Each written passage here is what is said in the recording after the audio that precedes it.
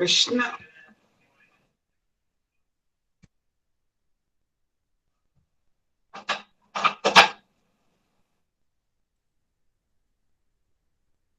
So 31, 32, 33, 35 students. Okay, कहाँ तक पढ़ा है आप लोगों ने? जहाँ तक मुझे बताया गया, प्लांट किंगडम कंप्लीट हो गया ना आपका? Yes, sir. Yes, sir. Yes, sir. Yes, sir. Plant kingdom ठीक है। तो फेज 1 बेसिकली कंप्लीट हुआ है आपका, living world, biological classification and plant kingdom. हम फेज सेकंड से स्टार्ट करते हैं, morphology, anatomy and transport in plant. 3 chapters हैं फेज 2 में, है ना। Morphology of flowering plants. कुछ डाउट्स हैं आपके? एक्चुअली आपका डाउट सेशन भी होता है शायद हाफ एन आवर का। 3:30 से मुझे ज्वाइन करना चाहिए था, बट फर्स्ट क्लास है और मुझे ये बताया गया था कि 4 o'clock से स्टार्ट होगी। किसी को डाउट है, कुछ पूछना है?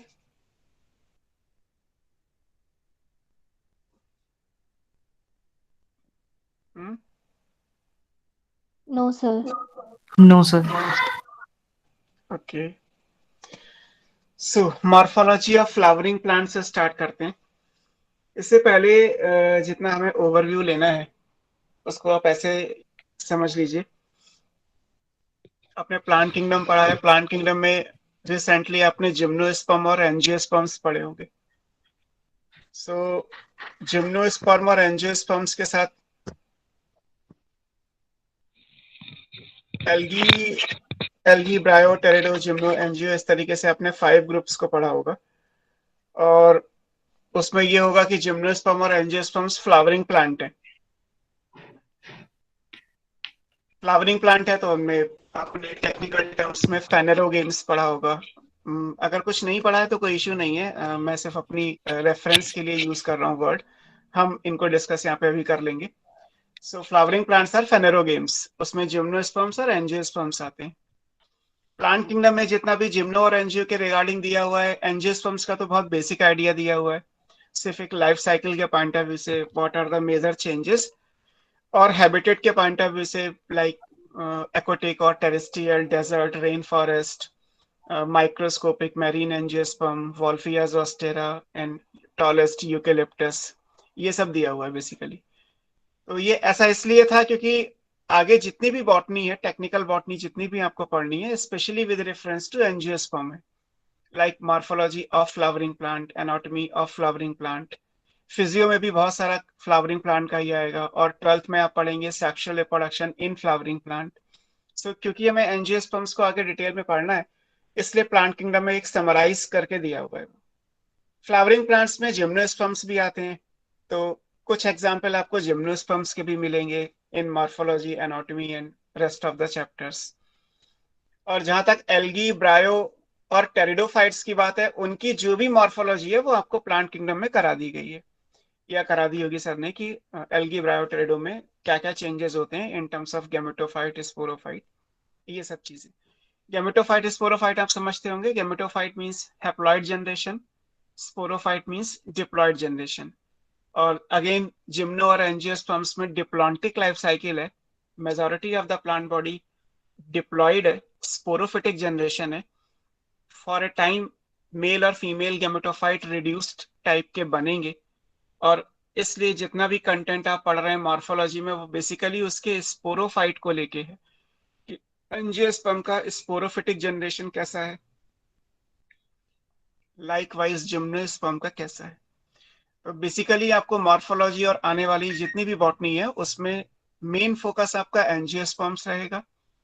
नेक्स्ट टू एंजियोस्पर्म्स आपको कुछ जगह पे जिम्नोस्पर्म्स के मिल जाएंगे, बिकॉज फ्लावरिंग प्लांट्स दोनों के लिए एप्लीकेबल होता है, gymnosperms as well as angiosperms. हालांकि जिम्नोस्पर्म्स में प्रॉपर फ्लावर नहीं दिखाई देता है, जैसा मान लीजिए रोज का फ्लावर है या चाइना रोज का फ्लावर देखा है आपने, डहलिया का देखा होगा, तो बहुत सारी जगह फ्लावर आपको दिखाई देता है, बट जिम्नोस्पर्म में फ्लावर की जगह कोन बेसिकली स्ट्रक्चर है, एक वुडी स्ट्रक्चर है जिसे हम स्ट्रोबुलस या कोन कहते हैं, वो ही फ्लावर को रिप्रेजेंट करता है ना। जिम्नोस्पर्म के स्ट्रक्चर और एंजियोस्पर्म के स्ट्रक्चर्स में सिमिलैरिटीज हैं इन terms of origin and function, but appearance के हिसाब से अलग है। जैसा रोज का फ्लावर है, ऐसा कोई जिम्नोस्पर्म में फ्लावर नहीं होता। और जैसे पाइन की कोन होती है जिम्नोस्पर्म में, वैसा कहीं आपको एंजियोस्पर्म में नहीं दिखाई देगा। दोनों का ओरिजिन सेम है, दोनों का फंक्शन सेम है, दोनों में साइकिल डिप्लॉन्टिक है, चेंजेस भी सेम रहेंगे। क्लियर। तो मॉर्फोलॉजी ऑफ फ्लावरिंग प्लांट यहां से स्टार्ट करना है। कहीं पे कुछ ना समझ में आए, बिकॉज क्लासेस में ट्यूनिंग बनाने में हो सकता है 1-2 क्लास का टाइम लगे, तो आप जो भी चीजें हैं वो डिस्कस कर सकते हैं meanwhile. Morphology of flowering plants.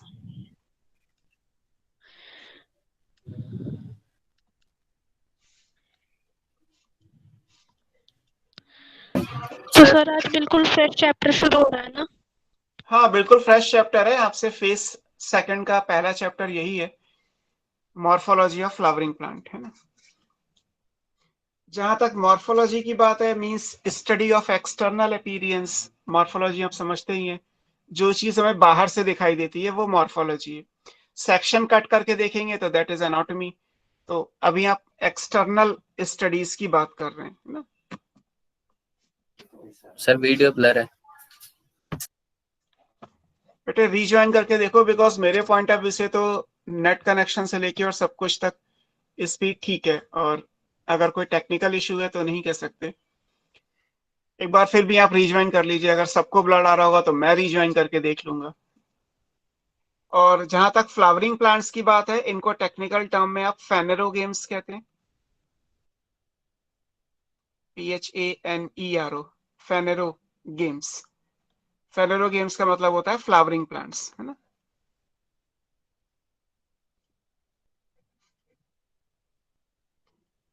which include gymnosperms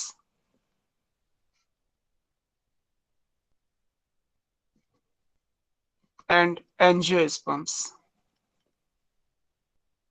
angiosperms की आपने 2 क्लासेस भी पढ़ा होगा, डाइकोटिलिडनी and मोनोकोटिलिडनी, dicot and monocot.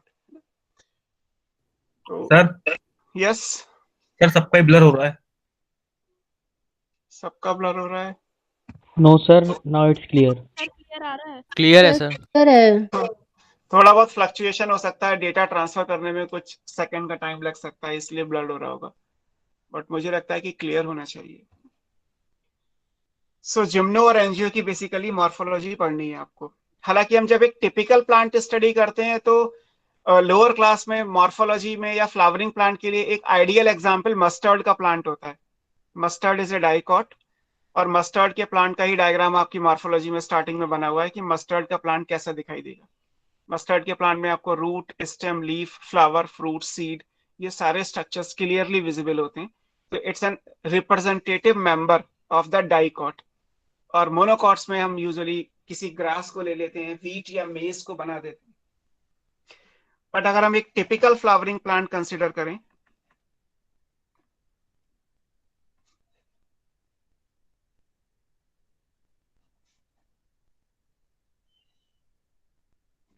Then इसमें 6 पार्ट हैं। रूट, स्टेम, स्टेम अगर ब्रांच हुआ तो उसकी ब्रांचेस आ जाएंगी, अगर अनब्रांचेस है तो कोई बात नहीं। लीव्स, फ्लावर बनेगा, फर्टिलाइजेशन के बाद फ्रूट एंड सीड। अगर हम रूट, स्टेम, लीफ को देखेंगे तो ये वेजिटेटिव पार्ट कहलाते हैं।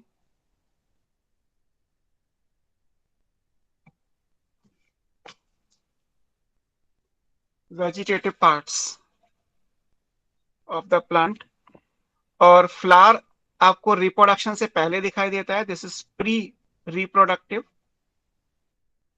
जब फर्टिलाइजेशन हो जाएगा तो फ्रूट्स और सीड बनते हैं पोस्ट रिप्रोडक्टिव।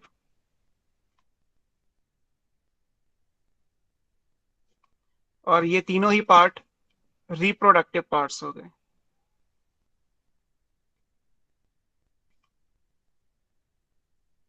सो एक टिपिकल फ्लावरिंग प्लांट में कुछ कम ज्यादा हो सकते हैं, बहुत सारे प्लांट ऐसे हैं जिनमें रूट्स एब्सेंट होती हैं, किसी में लीफ मॉर्फोलॉजिकली एब्सेंट है, but in general in terms of origin अगर हम बात करेंगे तो these 6 parts are usually present: root, stem, leaf, flower, fruit, seed. Stem अगर ब्रांच है then branches are also there. तो ये 6 पार्ट आपको दिखाई देंगे पूरी मॉर्फोलॉजी में। जब आप इस चैप्टर को देखेंगे, फोकस करेंगे, तो आपको इन्हीं सब के बारे में डिस्क्रिप्शन दिया गया है। रूट क्या है, स्टेम क्या है, लीफ क्या है, फ्लावर दिया है, फ्लावर के पार्ट्स आप पढ़ेंगे, कैलिक्स, करोला, एंड्रीशियम, गाइनीशियम। फिर कंसिडर हम कर लेंगे कि फर्टिलाइजेशन हो गया, हालांकि फर्टिलाइजेशन कैसे हुआ होगा वो 12th का चैप्टर है, sexual reproduction in flowering plant. But अगर फर्टिलाइजेशन हो गया देन पोस्ट फर्टिलाइजेशन में जो स्ट्रक्चर्स हैं those are fruits and seeds, तो उनके बारे में दिया है। लास्ट में आपकी चैप्टर में 3 फैमिलीज हैं जिनका सेमी टेक्निकल डिस्क्रिप्शन दिया हुआ है, फ्लोरल फार्मूला एंड डायग्राम, और उसके बारे में उसके आइडेंटिफाइंग एंड डिस्क्रिप्टिव फीचर्स दिए। फैबेसी फैमिली है, सोलेनेसी फैमिली है, लिलिएसी फैमिली है, और एक ब्रेसिकेसी का डायग्राम बना हुआ है, वो भी देखना है हमें। तो पूरे चैप्टर में हमें बेसिकली आप मान लीजिए कि 90% तो यही सेक्शन है, और 10% में आपको 3 और 4 फैमिलीज हैं जिनका डिस्क्रिप्शन कंप्लीट करना है। ठीक है, वन बाय वन स्टडी करते हैं। सबसे पहला जो प्लांट पार्ट आएगा दैट इज रूट, है ना। First is root. अब रूट को हम इन जनरल डिफाइन कैसे करेंगे ना, रूट्स को डेफिनेशन क्या देंगे कि हम किस कंडीशन में किस प्लांट पार्ट को रूट बोलते हैं। तो रूट को डिफाइन करने के लिए 2 चीजें यूज की जाती हैं। अगर आप एक सीड का स्ट्रक्चर देखें, हालांकि सीड लास्ट में बनेगा बट ये लाइफ साइकिल है। सीड फिर जर्मिनेट करके किसी और जनरेशन में यही स्ट्रक्चर्स बनाएगा, उसमें भी सीड बनेंगे तो फिर सीड्स को लगाएंगे, फिर जर्मिनेट करके पूरा plant and life cycle complete होगी। तो अगर हम सीड्स को देखें तो सीड्स के अंदर हमारे पास 2 पार्ट हैं, एक ग्रेविटी की तरफ ग्रो करता है और एक ग्रेविटी के अपोज में ग्रो करता है। एक टुवर्ड्स ग्रेविटी है, एक अवे फ्रॉम ग्रेविटी है। तो जो plant part towards gravity grow करता है दैट इज कॉल्ड रेडिकल, और उससे आगे जाके रूट बनती है। जो plant part away from gravity है, अपोजिट डायरेक्शन में ग्रो कर रहा है, वो शूट कहलाता है। आगे जाके उससे ये सारे स्ट्रक्चर्स बनते हैं। रूट हमेशा रेडिकल से बनेगी, और बाकी के जितने भी स्ट्रक्चर्स हैं वो बेसिकली रूट के कंट्रास्ट में जो वर्ड यूज होगा वो शूट कहलाएगा। जैसे मैं आपको इस तरीके से आप समझ लीजिए कि एक सॉइल में हमने अगर एक सीड को सो किया, ये एक सीड है, तो सीड जब जर्मिनेट करेगा तो जर्मिनेट करने पे एक प्लांट पार्ट नीचे जाएगा और एक सॉइल से बाहर निकल आएगा। तो जो प्लांट पार्ट नीचे ग्रो कर रहा है इसको हम क्या बोलते हैं, एम्ब्रियोनिक टर्म में इसको बोला जाता है हाइपोकोटाइल।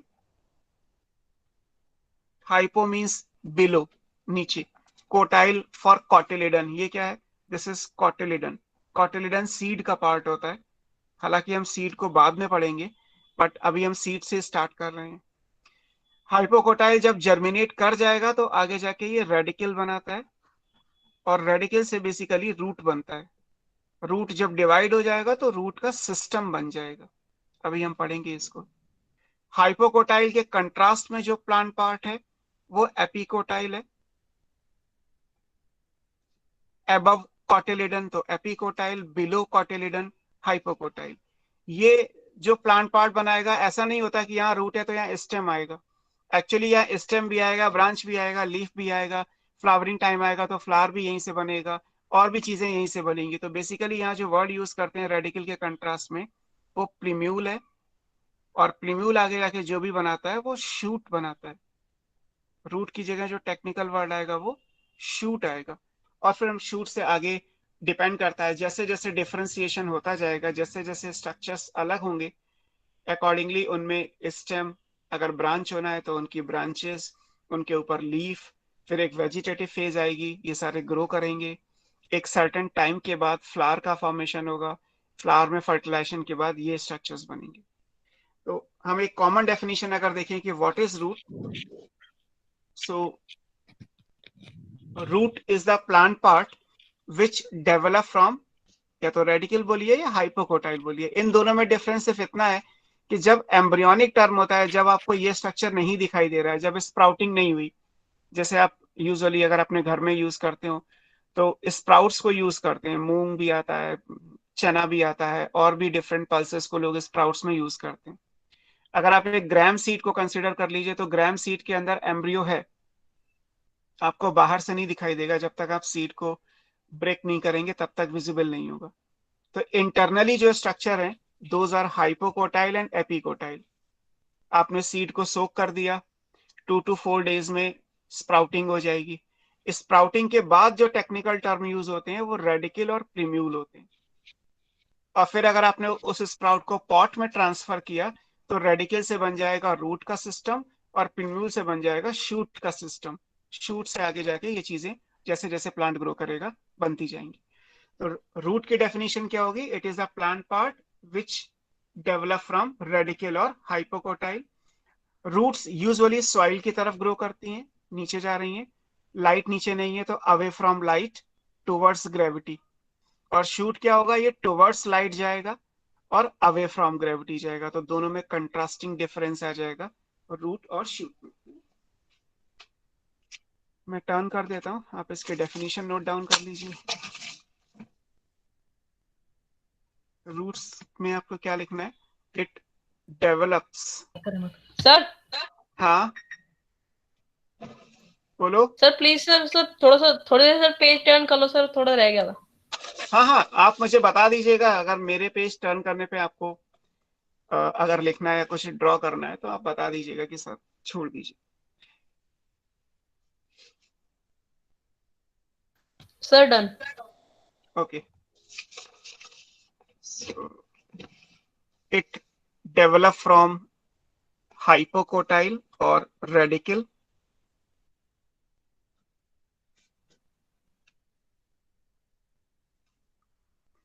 नेक्स्ट पॉइंट आप लिख सकते हैं कि इट ग्रोज टुवर्ड्स ग्रेविटी। जब ग्रेविटी की तरफ कोई चीज ग्रो करती है तो टुवर्ड्स ग्रेविटी है तो ये कहलाता है पॉजिटिवली। और ग्रेविटी के लिए जो वर्ड यूज करते हैं वो geotropic. Geo for gravity, tropic is a type of movement, क्योंकि रूट मूव कर रही है नीचे की तरफ तो जियोट्रॉपिक। और टुवर्ड्स मूव कर रही है तो पॉजिटिवली। अगर अवे फ्रॉम ग्रेविटी होता तो नेगेटिवली जियोट्रॉपिक बोलते हैं उसे। बट रूट्स कैसा ग्रो करती है? Towards gravity but away from light.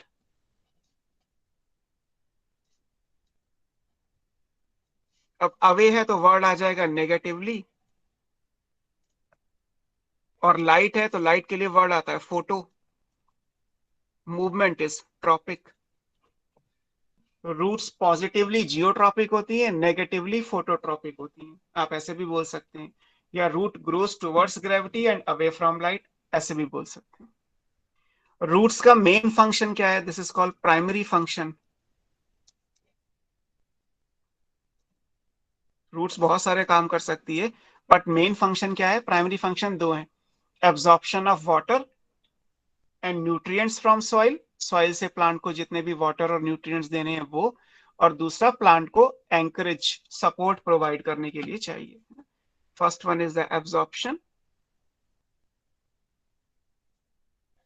Of water and nutrients.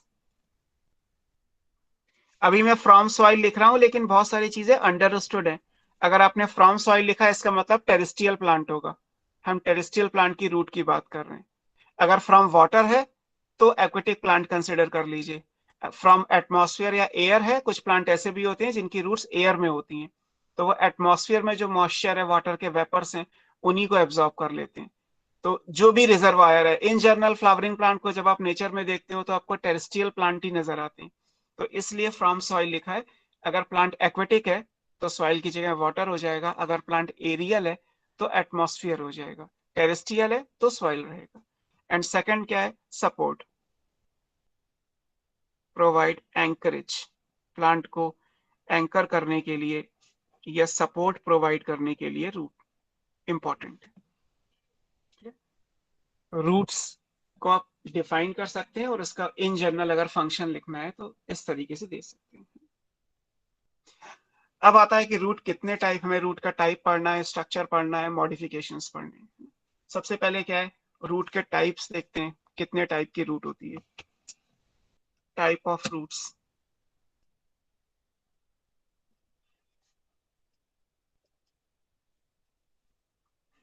अगर आप ब्रॉडली कैटेगराइज करेंगे तो 2 टाइप्स की है।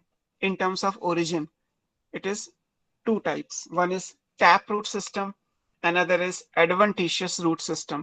System का मतलब है आफ्टर ब्रांचिंग, एक रूट बन गई है, उसको डिवाइड करके आपने उसकी सेकेंडरी रूट्स बना दी, सेकेंडरी को डिवाइड करके टर्शरी बना दी, तो रूट का सिस्टम बन गया। तो टैप रूट सिस्टम या टाइप में टैप रूट कहलाएगा। First one is tap root system.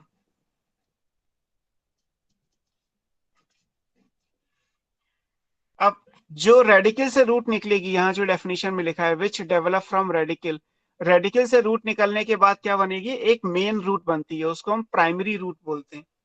और वो प्राइमरी रूट जब डिवाइड करेगी तो उससे रूट का सिस्टम बन जाएगा। So that will be tap root system. जैसे ये रूट क्या है, ये वो है जो रेडिकल से बनी, ये, और फिर जब ये डिवाइड करेगी तो यहां से अलग अलग रूट्स की ब्रांचेस बन जाएंगी, फिर ये भी डिवाइड करेंगी, और इस तरीके से ये स्ट्रक्चर्स पूरा रूट का सिस्टम बन जाएगा। बट इस केस में प्राइमरी रूट एक ही होती है। सो दिस वन इज, जो सेंटर में है, इसको हम बोलते हैं प्राइमरी रूट।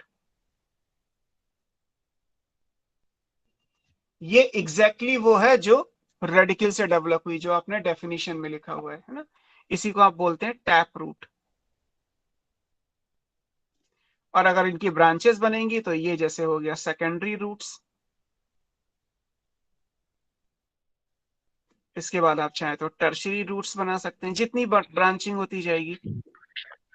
तो सर प्राइमरी रूट ही टैप रूट है?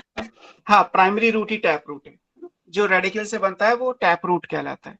और जब डिवाइड करेगा तो टैप रूट का सिस्टम बन जाएगा। पूरे प्लांट में यही वाली रूट सबसे मोटी होगी, थिक होगी, बाकी सब तो फाइबर की फॉर्म में अलग अलग हो जाएंगी। इस तरीके से ये पूरा टैप रूट सिस्टम है। यहाँ पे जो सेंटर में रूट बनी है, that is what tap root is.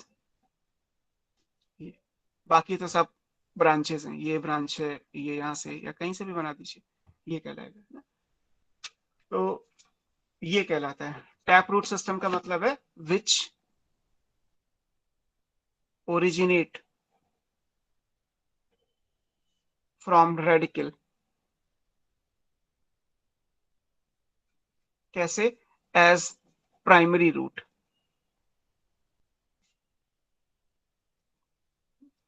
later on divide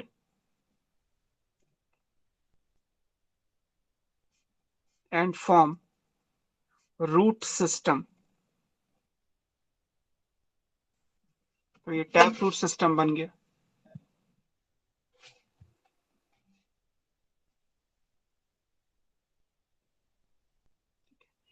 अब ये कहां मिलेगा आपको tap root system? Tap root system आपको मिलेगा, हम किसकी मॉर्फोलॉजी पढ़ रहे हैं, एंजियोस्पर्म के रिस्पेक्ट में। तो एंजियोस्पर्म की 2 क्लासेस हैं, बार बार एग्जाम्पल आएंगे, डाइकॉट मोनोकॉट, डाइकॉट मोनोकॉट। तो आपको एंजियोस्पर्म की 2 क्लासेस पढ़ाई गई होंगी, डाइकॉटिलिडनी, मोनोकॉटिलिडनी। और जिम्नोस्पर्म भी आपने पढ़ा है। फ्लावरिंग प्लांट तीनों ही हो गए बेसिकली, जिम्नो एंजियो और एंजियोस्पर्म की 2 क्लासेस, डाइकॉट मोनोकॉट। तो इन टर्म्स ऑफ मॉर्फोलॉजी जब आप पढ़ोगे, इस पूरे चैप्टर को धीरे धीरे आप पढ़ेंगे, तो जिम्नोस्पर्म की मॉर्फोलॉजी डाइकॉट से रिजेंबल करती है और मोनोकॉट की मॉर्फोलॉजी कुछ अलग है। तो मोस्ट ऑफ द एग्जाम्पल के लिए आपको जिम्नोस्पर्म्स एंड डाइकॉट बार बार मिलेगा, है ना। 2 चीजें हैं, एक तो ये कि एनसीईआरटी में क्या गिवन है, एनसीईआरटी में जो गिवन है वो आपको देखना ही है, पढ़ना है आपके लिए। सब कुछ एनसीईआरटी है नीट के पॉइंट ऑफ व्यू से। बट ये भी ध्यान रखना है कि ऐसा नहीं है कि मॉर्फोलॉजी में ही केवल टैप रूट लिखा है, उसके अलावा बॉटनी में कहीं टैप रूट है ही नहीं। एनसीईआरटी में आप जिम्नोस्पर्म पढ़ोगे तो वहां भी लिखा है कि टैप रूट सिस्टम होता है। टेरिडोफाइट पढ़ोगे तो वहां भी कोई ना कोई रूट का नाम लिखा होगा, रूट तो टेरिडोफाइट में भी होती है। तो जब क्वेश्चन आता है तो ऐसे नहीं आता कि मॉर्फोलॉजी का ये ऑप्शन दिए जाएंगे, मॉर्फोलॉजी का ये स्टेटमेंट होगा। वो तो पूरे बायो का क्वेश्चन पेपर है, तो वहां पे मिक्सअप करके दिया होता है। तो तो आपको ये भी याद रखना है कि सेम एग्जाम्पल क्या मैंने कहीं और किसी और चैप्टर में पढ़ा है, तो in that case tap root आपको कहाँ मिलेगा, डाइकॉट में भी मिलेगा और जिम्नोस्पर्म में भी मिलेगा, है ना। जिम्नोस्पर्म के अंदर भी टैप रूट सिस्टम होता है। ये कहाँ मिलेगा, एग्जाम्पल क्या है इसके, जिम्नोस्पर्म एंड डाइकॉट्स। दोनों में रूट कैसा होता है, टैप रूट होता है।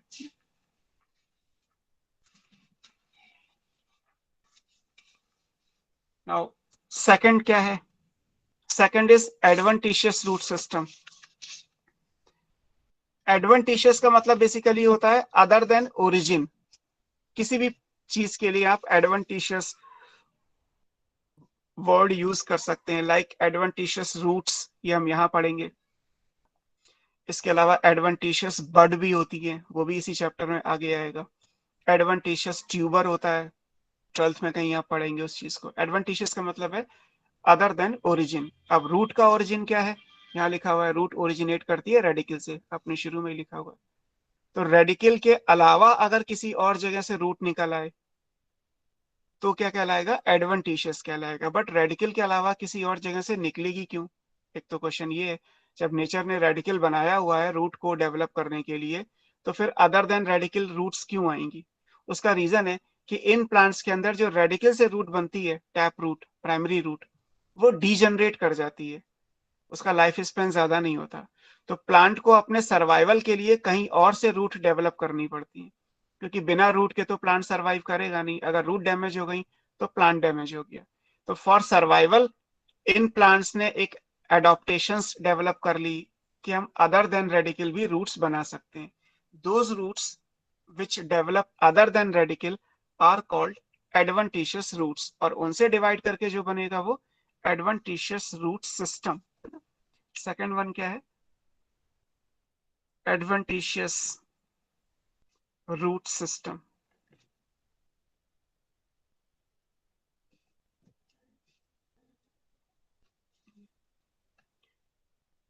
ये कहां से बनेगी, इसमें प्राइमरी रूट बनेगी। कभी भी ये मत समझिएगा कि यहाँ पे प्राइमरी रूट बनती ही नहीं है। प्राइमरी रूट या टैप रूट बनेगी, बट वो डीजनरेट कर जाएगी।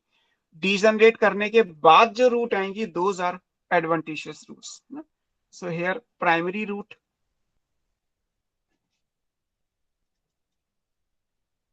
soon degenerate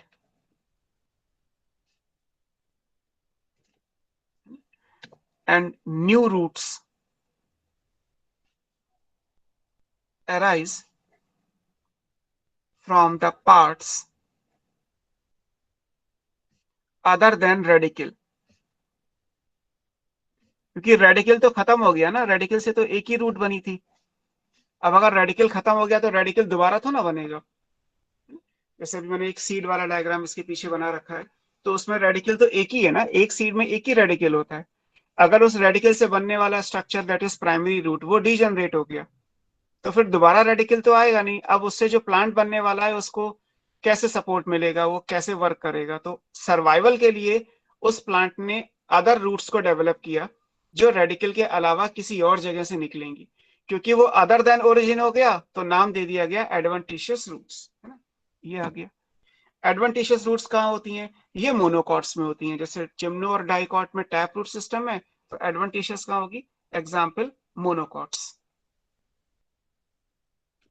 जितने भी मोनोकॉट्स हैं वहां एडवेंटिशियस रूट सिस्टम, और जो डाइकॉट्स हैं वहां पे टैप रूट सिस्टम, है ना। सर यस, सर जो हमने पहले बचपन में जब पढ़ा है कि दो टाइप के रूट्स होती है, टैप रूट और फाइब्रस रूट, तो ये फाइब्रस रूट ही क्या एडवेंटिशियस रूट है?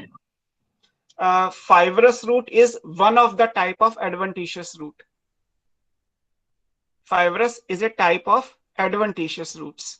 अगर हम ये वाला जो वर्ड लिखा है अदर देन रेडिकल, ये डिफाइन कर दें कि वो कौन सा पार्ट है। रेडिकल तो नहीं होगा तो एडवेंटिशियस हो गई, फिर होगा क्या। अगर उसका नाम दे देंगे तो उस नाम के हिसाब से अलग अलग टाइप्स आ जाएंगे। One of them is fibrous root system, वो अभी आप पढ़ोगे। अच्छा। हटा दो शीट ये। Yes, sir. Yes, sir. Okay, now third one. Basically क्योंकि एनसीईआरटी ने ये नहीं लिखा कि रूट दो टाइप की होती हैं। उन्होंने तो एक हेडिंग दी है टाइप्स ऑफ रूट और एक पैराग्राफ दे दिया जिसमें पहले टैप रूट लिख समझा दिया, फिर एडवेंटिशियस समझा दिया, फिर फाइब्रस समझा दिया। अगर आप एनसीईआरटी में ही देखेंगे तो कोई टाइप करके वर्ड नहीं लिखा है कि रूट्स आर ऑफ 2 टाइप और 3 टाइप्स, ऐसा कुछ नहीं लिखा है, सिर्फ एक पैराग्राफ दे दिया गया। इंपॉर्टेंट क्या है कि रूट्स होती दो ही टाइप की हैं, टैप और एडवेंटिशियस। एडवेंटिशियस का ही एक वर्जन है, एक आप कह सकते हैं कि अनदर टाइप है जिसको हम फाइब्रस रूट सिस्टम बोलते हैं, है ना, fibrous root. It's a type of adventitious, है ना। अगर कभी आता है कि फाइब्रस किसका टाइप है तो एडवेंटिशियस का ही टाइप है। बस यहाँ पे क्या होगा, हम वो वर्ड लिख देंगे, वो स्पेस या जो आप कह सकते हैं वो प्लेस मेंशन कर देंगे जहां से रूट्स ओरिजिनेट होंगी, और वो रेडिकल नहीं होगा। तो यहां कहां से आती हैं, they develop from the lower base, इनको नोड बोलते हैं, nodes of the stem. Stem के जो नीचे वाले नोड होते हैं, जो नीचे का बेस होगा, वहां से निकलती हैं, तो फाइब्रस कहलाती हैं ना। It's a type of adventitious root, आप याद रखिएगा।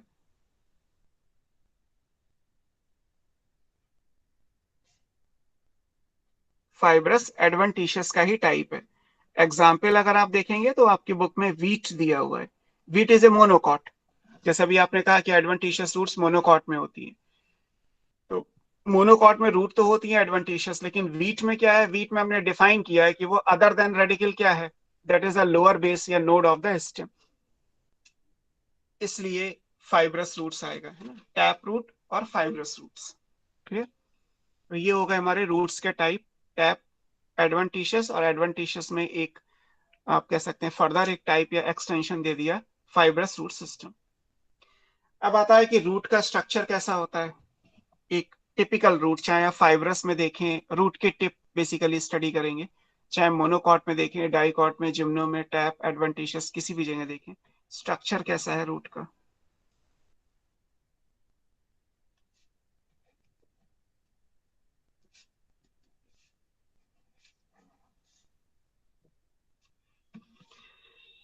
रूट के स्ट्रक्चर में आप इसको ऐसे समझ सकते हैं, ये है, ये टिप है रूट की,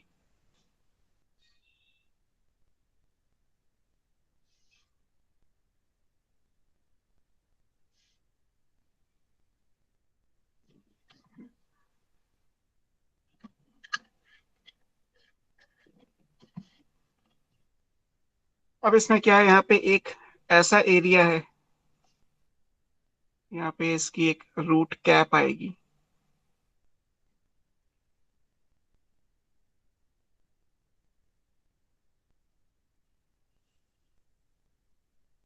लाइक दिस, इसको ऐसे समझ लीजिए। ये क्या है, this is called root cap. ये डेड होती है, यहाँ कोई सेल्स नहीं है ना, सेल थी बट उनकी डेथ हो गई तो डेड मटेरियल से डिपोजिशन के बनी है, ये रूट कैप है। यहाँ पे क्या है, this part is called zone, मतलब एरिया ऑफ सेल डिवीजन। यहाँ सेल कॉन्स्टेंटली डिवाइड कर रही है, इसको आप क्या बोलेंगे, इसको मेरिस्टेमेटिक जोन कह सकते हैं, मेरिस्टेमेटिक जोन, क्योंकि रूट का है तो चाहे तो रूट मेरिस्टेम बोल सकते हैं। यहाँ सेल कॉन्स्टेंटली डिवाइड करती है ना, एक्टिवली डिवाइडिंग सेल्स है ना, it is made up of actively, means constantly, बिना रुके लगातार डिवाइड करती जा रही हैं,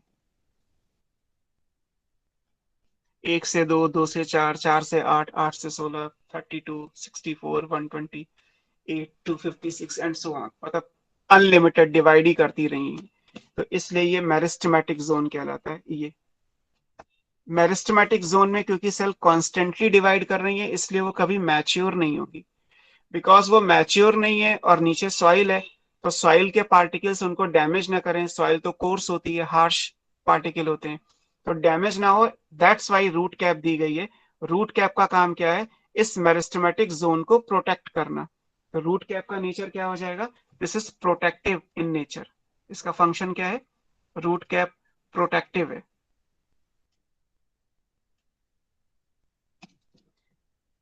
अगर रूट की लंबाई बढ़ती है, रूट की लेंथ बढ़ रही है टाइम के हिसाब से, कि आपने आज रूट को मेजर किया तो वो 2 सेंटीमीटर का है, आफ्टर 1 वीक वो 5 सेंटीमीटर की है, आफ्टर 2 वीक वो 7 सेंटीमीटर की है, तो रूट्स की जो लेंथ बढ़ती है, सो लेंथ बढ़ने का रीजन क्या है? This one. रूट की लेंथ क्यों बढ़ रही है? क्योंकि ये हमेशा ग्रो करती जा रही है। ये इतना ही रहेगा, लेंथ ये इसकी नहीं बनेगी, लेंथ ये बढ़ेगा पीछे से।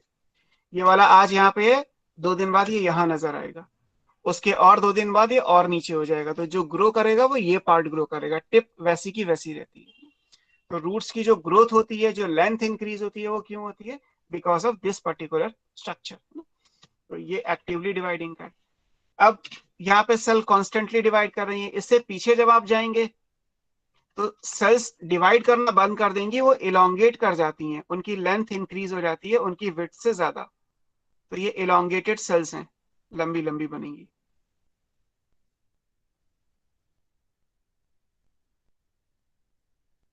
इस तरीके से इसको आप क्या बोलेंगे? This is called zone of cell elongation. यहाँ पे सेल की लंबाई केवल बढ़ेगी, नंबर नहीं। नंबर जितना है 10 का 10 ही रहेगा, बट 10 सेल्स की लेंथ बढ़ेगी, है ना, विड्थ भी नहीं बढ़ेगी। इलोंगेट करती हैं सेल। तो इलोंगेट करने से क्या होगा? सरफेस एरिया बढ़ जाएगा। अगर सेल का इलोंगेशन हो जाएगा तो क्या होगा? जो सरफेस एरिया है इन सेल्स का वो बढ़ जाएगा। मान लीजिए सेम सेल्स यहाँ भी आ रही हैं, वो यहाँ भी आ रही हैं, यहाँ ये डिवाइड कर रही हैं, छोटी होती जाएंगी, यहाँ पे ये बढ़ रही है तो इनकी लेंथ बढ़ रही है, तो सरफेस एरिया बढ़ता जाएगा। ये इसके ऊपर मैचुरेशन होगा, सेल मैच्योर हो जाएगी, डिवाइड करना बंद कर दिया है, उसको एक फंक्शन असाइन कर दिया जाएगा तो मैच्योर होंगी। मैच्योर होने से पहले जो भी सेल्स बाहर वाली हैं, यहाँ जो बाउंड्री पे आएंगी चारों तरफ से, यहां से रूट हेयर का फॉर्मेशन हो जाएगा। रूट हेयर वो स्ट्रक्चर है जो वाटर एब्जॉर्प्शन में हेल्प करते हैं, लाइक दिस। सो ये चारों तरफ से आएगा, है ना। This is called root hair zone, है ना। यहाँ पे सेल्स एज यूजुअल है, और इसके ऊपर अगर आप जाएंगे तो सेल के बाकी के फंक्शंस होंगे जो रूट में होने चाहिए। This is called maturation zone या जोन ऑफ सेल मैचुरेशन, एक ही बात है। मैचुरेशन जोन या zone of cell maturation. Cell mature हो गई है। मैच्योर होने का मतलब है उसके स्पेसिफिक फंक्शन उसे दे दिए गए, कि हर एक सेल का एक स्पेसिफिक फंक्शन होगा, तो वो स्पेसिफिक फंक्शन क्या है वो यहां से आएगा। सेक्शन यहां से कट करते हैं, क्योंकि जो आपको रूट का स्ट्रक्चर पढ़ाया जा रहा है वो एक्चुअली यहां से होगा। अगर आप यहां से कट करके पढ़ोगे तो स्ट्रक्चर चेंज हो जाएगा, जो अंदर का स्ट्रक्चर है, internal structure, that will change. So कभी भी आप किसी भी प्लांट पार्ट की स्टडी करते हैं तो हमेशा मैच्योर स्टेज से करते हैं। मैच्योर स्टेज यहां से शुरू होगी, यहां से आता क्या कहलाता है? This is called root tip. Root के टिप का मतलब है जहां पे सेल्स मैच्योर नहीं हुई। रूट हेयर मैच्योर सेल्स होती हैं बेसिकली, इसके बाद से ही मैच्योरेशन शुरू हो जाएगा, बट फिर भी यहाँ पे न्यू टिश्यू है तो रूट हेयर बन गए। जैसे जैसे टिश्यू ओल्ड होता जाएगा वैसे वैसे रूट हेयर खत्म हो जाएंगे, और यहाँ से रूट की थिकनेस बढ़ती चली जाएगी, यही आगे जाके प्राइमरी रूट बन जाती है। तो रूट के स्ट्रक्चर में अगर आप टिप से लेके, मतलब ये टॉप से बॉटम है ऐसे, ये टॉप से बॉटम नहीं होगा, रूट का टॉप ये कहलाएगा। तो एपेक्स पे क्या आएगा? Root cap. एपेक्स के पीछे यानी सब एपिकल क्या होगा? रूट का मेरिस्टेम। उससे पीछे क्या होगा? Elongation zone. उससे पीछे रूट हेयर जोन, और सबसे पीछे मैचुरेशन जोन। ये सीक्वेंस नीट में पूछा गया है कि रूट के पार्ट को उनके इंक्रीजिंग या डिक्रीजिंग ऑर्डर में अरेंज करना है। तो अगर हम उसको टॉप से बॉटम पे जाएंगे तो टॉप पे रूट कैप है, that is apex of the root, protection देने के लिए। फिर उसके पीछे मेरिस्टेमेटिक जोन है, रूट मेरिस्टेम, लेंथ इंक्रीज करने के लिए। फिर इलोंगेशन जोन और रूट हेयर जोन आएगा, एंड सबसे बैक में जो आएगा वो मैचुरेशन जोन है। अब अगर हम फंक्शन देखें तो रूट कैप का काम क्या है? प्रोटेक्शन प्रोवाइड करना। रूट की लेंथ इंक्रीज होती है, तो बिकॉज ऑफ दिस यहाँ पे लिख दिया है एक्टिवली डिवाइडिंग सेल्स। हमने पढ़ा था कि रूट का प्राइमरी फंक्शन क्या है, absorption of water and nutrients from soil. तो वाटर एंड न्यूट्रिएंट्स का एब्जॉर्प्शन बेसिकली इन दो अलग अलग एरिया से होता है। ऐसा नहीं है कि यहां से एक होगा और यहां से एक होगा, बट जर्नलाइज्ड अगर हम करेंगे तो यहां से मैक्सिमम मिनरल एब्जॉर्प्शन है, maximum minerals are absorb by this particular area, और ये है मैक्सिमम वाटर एब्जॉर्प्शन के लिए।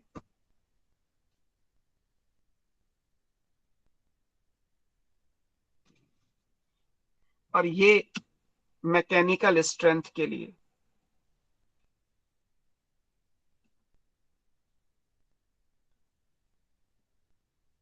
सो हर प्लांट पार्ट, रूट के पार्ट जो है उसके क्या क्या आप कह सकते हैं कि फंक्शंस हैं, वो भी मेंशन है ना। आपको टेक्स्ट कम से कम लिखना है। मेरा पढ़ाने का तरीका ये है, और मैं उम्मीद भी करूंगा कि आप ऐसे पढ़िए। समझ ज्यादा लीजिए, दिमाग में ज्यादा से ज्यादा रखिए, पेपर में कम से कम।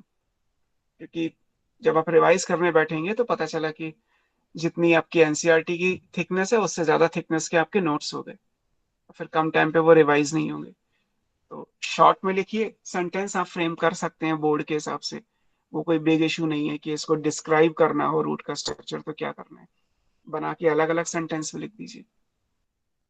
हमारा मेन पर्पस है नीट के अकॉर्डिंग वर्क करना, और नीट के अकॉर्डिंग आपको ये समझना है कि each and every word of the NCERT is important for NEET. एक सिंगल वर्ड अपने आप में एक क्वेश्चन के बराबर है, और पेपर एनसीईआरटी से ही आता है ना। ये सिर्फ मिथ है कि आप दिनेश, प्रदीप, एबीसी या कोई और बुक पढ़ते रहें। आप पहले एनसीईआरटी पे तो कमांड ले लीजिए, उसके बाद आप बाकी बुक्स पे जाइए। So this is what structure of root. Structure of root में आपको ये सारी चीजें याद रखनी है। क्लियर। एक चीज और इंपॉर्टेंट है, हालांकि वो एनाटॉमी के चैप्टर में आएगा, बट हमने क्योंकि डायग्राम बनाया है वेल लेवल्ड, इसलिए हम इसको वहीं पे करेंगे। अगर मान लीजिए रूट यहाँ से डैमेज हो जाए, रूट की टिप किसी भी वजह से डैमेज हो जाए। कई बार आपने नोटिस किया होगा कि हम जब पॉट को ट्रांसफर करते हैं, एक पॉट से दूसरे पॉट में प्लांट को ट्रांसफर करते हैं, तो प्लांट ग्रो नहीं करता। जिस पॉट में लगा है उसमें तो अच्छे से चल रहा है, आपने क्या किया, पौधे को उखाड़ा और दूसरे में लगा दिया मिट्टी में, पता चला प्लांट मर गया। रीजन क्या हुआ होगा? रीजन ये होगा कि अगर रूट की टिप डैमेज हो गई, अगर ये चीज यहाँ से टूट गई, तो फिर ये रूट बेकार है, बिकॉज रूट में जो भी कुछ हो रहा है वो यहाँ से गवर्न हो रहा है। ये वाला पार्ट सबसे इंपॉर्टेंट है। तो अगर ये पार्ट यहां से टूट गया तो ये बन जाएगा, अगर ये पूरा टूट गया तो ये नहीं बनेगा। क्यों ऐसा है? क्योंकि यहाँ पे कुछ सेल्स ऐसी होती हैं रूट के मेरिस्टेम में ही, देयर आर फ्यू सेल्स जहाँ पे ये डॉट लगा हुआ है। ये क्या शो करता है? This is called quiescent centre. Quiescent centre में जो सेल्स होती हैं वो टेम्परेरी स्टॉप करके रखती हैं, मतलब वो यूजुअली काम नहीं करती, वो काम केवल तब करेंगी जब उनकी जरूरत होगी। इसके बाद जब आप एनाटॉमी पढ़ोगे तो ये जो डॉट मैंने बनाया है इसके बारे में डिटेल आपको मिलेगा। अभी हम इसे मेंशन कर लेते हैं कि ये स्ट्रक्चर क्या है। दिस इज क्विसेंट सेंटर या जोन, कुछ भी लिख लीजिए। क्विसेंट सेंटर या जोन कहलाता है ना। यहाँ पे टेम्परेरी स्टॉप करके, है ना। आपने जू में कहां तक पढ़ लिया? सेल वाला चैप्टर पढ़ लिया, cell cycle and cell division yes sir. Yes पढ़ सर। लिया? वहां पे आपको सर ने सर जी एक नॉट बैच स्टेज, में पढ़ा है। हाँ सर एक बैच में पढ़ा है, एक में नहीं पढ़ा। ओके। जिन्होंने पढ़ा है वो मेरी बात को शायद अच्छे से समझ पाएंगे। सेल साइकिल में एक जी नॉट स्टेज है, जी नॉट स्टेज पढ़ाया जाता है जीवन से ठीक पहले, या जहाँ पे यस सर। डिवाइडिंग फेज खत्म होती है ना। यस सर, रेस्टिंग जी स्टेज। या तो जी नॉट स्टेज क्या होती है? जी नॉट स्टेज वो है जहाँ पे सेल ये डिसाइड करती है कि उसे डिवाइड करना है या नहीं करना है। अगर वो जी नॉट को क्रॉस करेगी, वो check point of cell cycle कहलाता है, तो उसे पूरी सेल साइकिल कंप्लीट करनी होगी, और नहीं तो वहां से एग्जिट करके वो मैच्योर हो जाएगी। जैसे ये सेल्स हैं, ये कॉन्स्टेंटली डिवाइड कर रही हैं, करती चली जा रही हैं। कुछ सेल्स इन्हीं में से तो ऐसी होंगी जो यहाँ पहुंचेंगी, वरना ये सेल्स कहाँ से आएंगी? और जब ये मैच्योर हो जाएंगी तब तो इनके फंक्शंस डिसाइड कर दिए जाते हैं। तो जो सेल बेसिकली यहाँ जाती है वो यहीं से जाती है, तो इसका मतलब है वो सेल साइकिल को एग्जिट कर देंगी, सेल डिवाइड करना बंद कर देगी, तभी तो यहाँ जाएगी। बेसिकली बंद कर दिया तो ये बन गया, लेकिन बंद करने और इसके बनने में जो ट्रांजिशन है वो बेसिकली इलोंगेशन फेज है, कि जब एक डिवाइडिंग सेल एक परमानेंट सेल में चेंज होती है। ये परमानेंट है, डिवाइड नहीं करती, ये डिवाइड करती है, कोई और काम नहीं करती। बेसिक डिफरेंस है। एनाटॉमी में जब आप पढ़ोगे तो यहाँ पे टिश्यू कहलाएगा, ये मेरिस्टेमेटिक टिश्यू है और ये परमानेंट टिश्यू है। मेरिस्टेमेटिक और परमानेंट के बीच में ये स्टेज आती है कि जब एक मेरिस्टम परमानेंट में चेंज होगा तो ट्रांजिशन में पहला स्टेप यही होता है कि सेल अपना सरफेस एरिया इंक्रीज करता है बाय इलोंगेटिंग इटसेल्फ। वो लंबाई में इंक्रीज करके अपना सरफेस एरिया बड़ा करेगा, बाद में परमानेंट हो जाएगा। इसीलिए ये इलोंगेशन का जोन आ जाता है। तो जो सेल्स टेम्पोरेरी इनएक्टिव हैं ये यूजुअली डिवाइड नहीं करेंगी, ये केवल तब डिवाइड करेंगी जब ये डैमेज हो जाएगा। ये वाली डॉट से ये पूरा स्ट्रक्चर बन सकता है, लेकिन तब जब उसकी जरूरत पड़ेगी। अगर पूरी लाइफ जरूरत नहीं पड़ी तो ये पूरी लाइफ डिवाइड नहीं करेंगी, और अगर जरूरत पड़ी तो डिवाइड करके इसको बना देंगी। हाँ, अगर रूट यहां से डैमेज हो गया तो ये पूरा स्ट्रक्चर ही हट गया, फिर पूरा प्लांट डैमेज हो जाएगा। या तो वो एडवेंटिशियस रूट्स बनाएगा, नहीं तो वो खत्म हो जाएगा, उस प्लांट की डेथ हो जाएगी।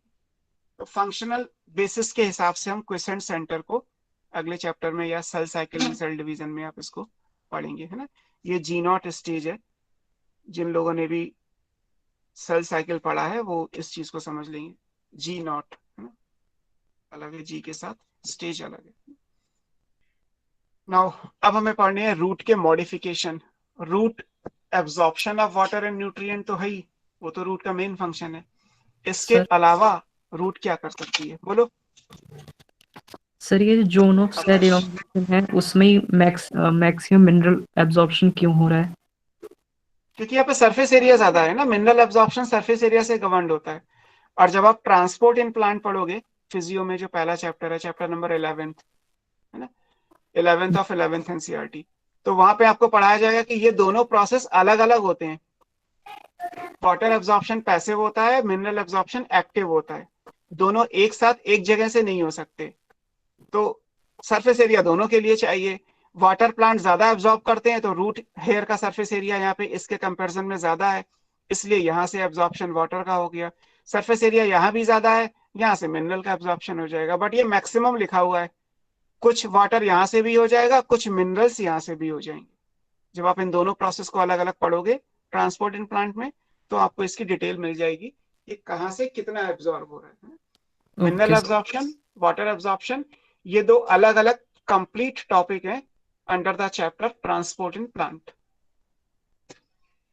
Now modifications, yes. सर जो इनिशियल से फाइनल रूट के पार्ट्स हैं ऑर्डर में, उसमें सर ये रूट हेयर भी इंक्लूड होंगे या फिर रूट कैप से लेके रीजन ऑफ मैच्योरेशन तक? नहीं, ये सीरीज है, मैंने ये 1 2 3 4 5 ओके सर। है ना, 1 2 3 4 5 ऐसे। Yes sir, okay. ये एक्चुअली एग्जाम में क्वेश्चन आया हुआ है, सर इसीलिए मैंने नंबर ऑफ जोन्स कितने कंसिडर करने होते हैं हमें इसके रूट के? वो ऐसा कुछ पूछा नहीं जाएगा कि रूट में कितने जोन होते हैं और ऑप्शन दे दिया जाए 2 3 4 5, ऐसे क्वेश्चंस नहीं होते। बिकॉज ये चीजें ये टिपिकल है, एक जर्नल रूट का स्ट्रक्चर है। हो सकता है किसी प्लांट के अंदर इसमें से कोई जोन एब्सेंट हो, कुछ प्रेजेंट हो, क्योंकि अभी हम पढ़ेंगे कुछ एक्सेप्शन है, रूट कैप नहीं होती किसी में। There are few plant, aquatic plant है, उनमें रूट कैप नहीं होती। किसी के अंदर रूट हेयर नहीं होते, तो ये जोन स्किप हो जाएगा। वो तो एक सीरीज है कि एक नॉर्मल टेरेस्ट्रियल प्लांट के अंदर ये स्ट्रक्चर इसी फॉर्म में अरेंज है, and depending on the different type of plant इनके अंदर प्लस तो कुछ नहीं होगा, माइनस ही होगा बेसिकली। इनमें से कोई भी मिस हो सकता है। Okay sir. और सर जैसे जो आप बोल रहे थे एरियल प्लांट्स भी होते हैं जिनकी रूट्स एयर में ही होती हैं, तो फिर वो पॉजिटिवली जियोट्रॉपिक वगैरह हुई उनकी रूट्स? हाँ, रूट्स पॉजिटिवली जियोट्रॉपिक होंगी, बट वो सॉइल के कांटेक्ट में नहीं आएंगी, वो एयर में ही रहेंगी। ग्रो तो नीचे ही करेंगी वो, टुवर्ड्स ग्रेविटी, है ना। तो इस तरीके से आएगा। अभी हम पढ़ेंगे उसको, एरियल रूट्स कहते हैं या हैंगिंग रूट्स कहते हैं, वो एयर में ही हैंग करती हैं। मॉडिफिकेशन एनसीईआरटी में दिया है, मॉडिफिकेशन एनसीईआरटी में मिक्सअप करके दिया है, बट होता क्या है, नीट के एग्जाम में जब आता है तो पूछते हैं कि टैप रूट का मॉडिफिकेशन क्या है और एडवेंटिशियस का मॉडिफिकेशन क्या है। तो अपनी ईज के अकॉर्डिंगली हम उसको सेग्रीगेट कर लेते हैं कि टैप रूट में क्या क्या मॉडिफिकेशन है और एडवेंटिशियस में क्या क्या मॉडिफिकेशन है।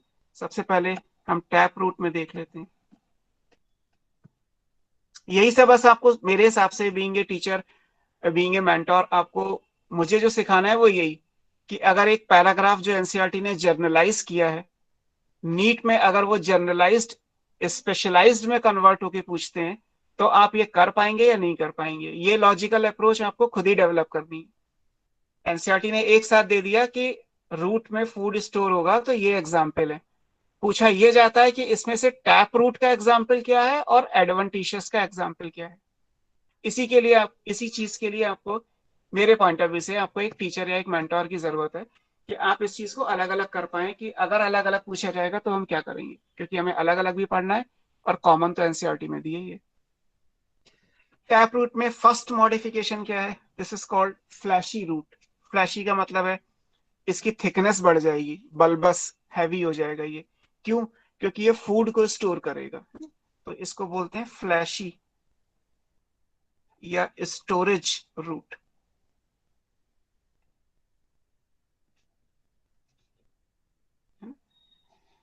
इसका काम क्या है, दे गेट swollen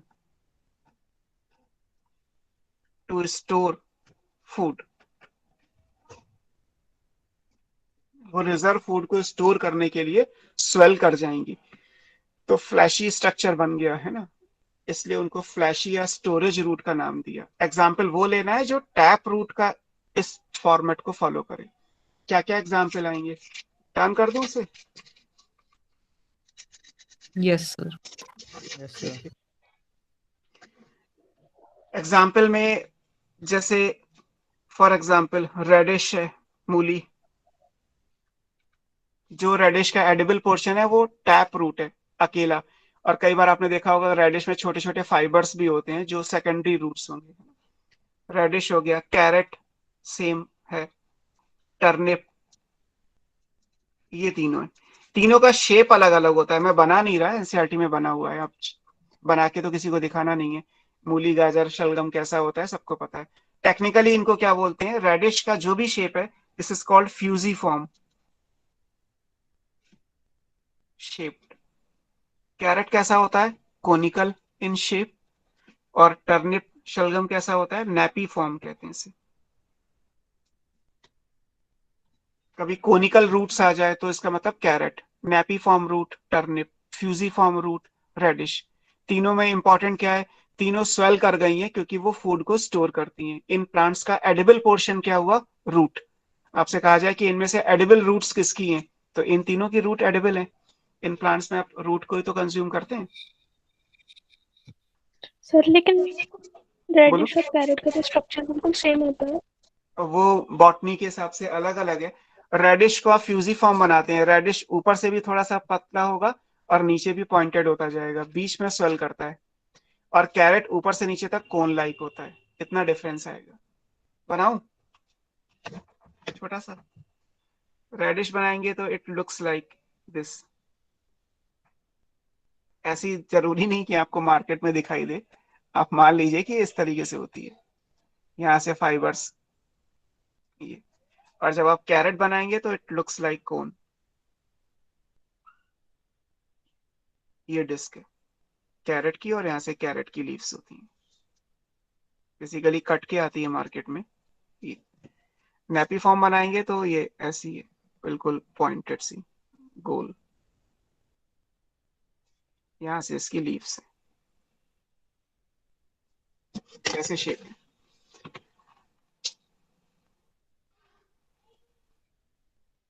कई बार शेप से पूछ लेते हैं कि वो कोनिकल रूट्स, तो इसलिए आपको कैरेट ही आंसर करना है ना, या रेडिश या टर्निप जो भी।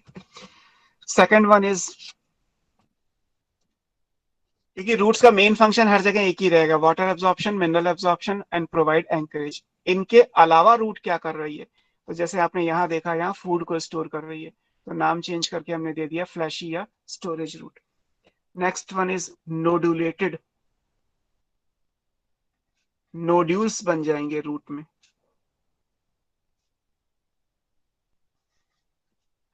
इनमें क्या है, roots having root nodule. Nodule bulbous spherical structures होते हैं, है ना। इनका फंक्शन क्या है, they are capable of nitrogen fixation.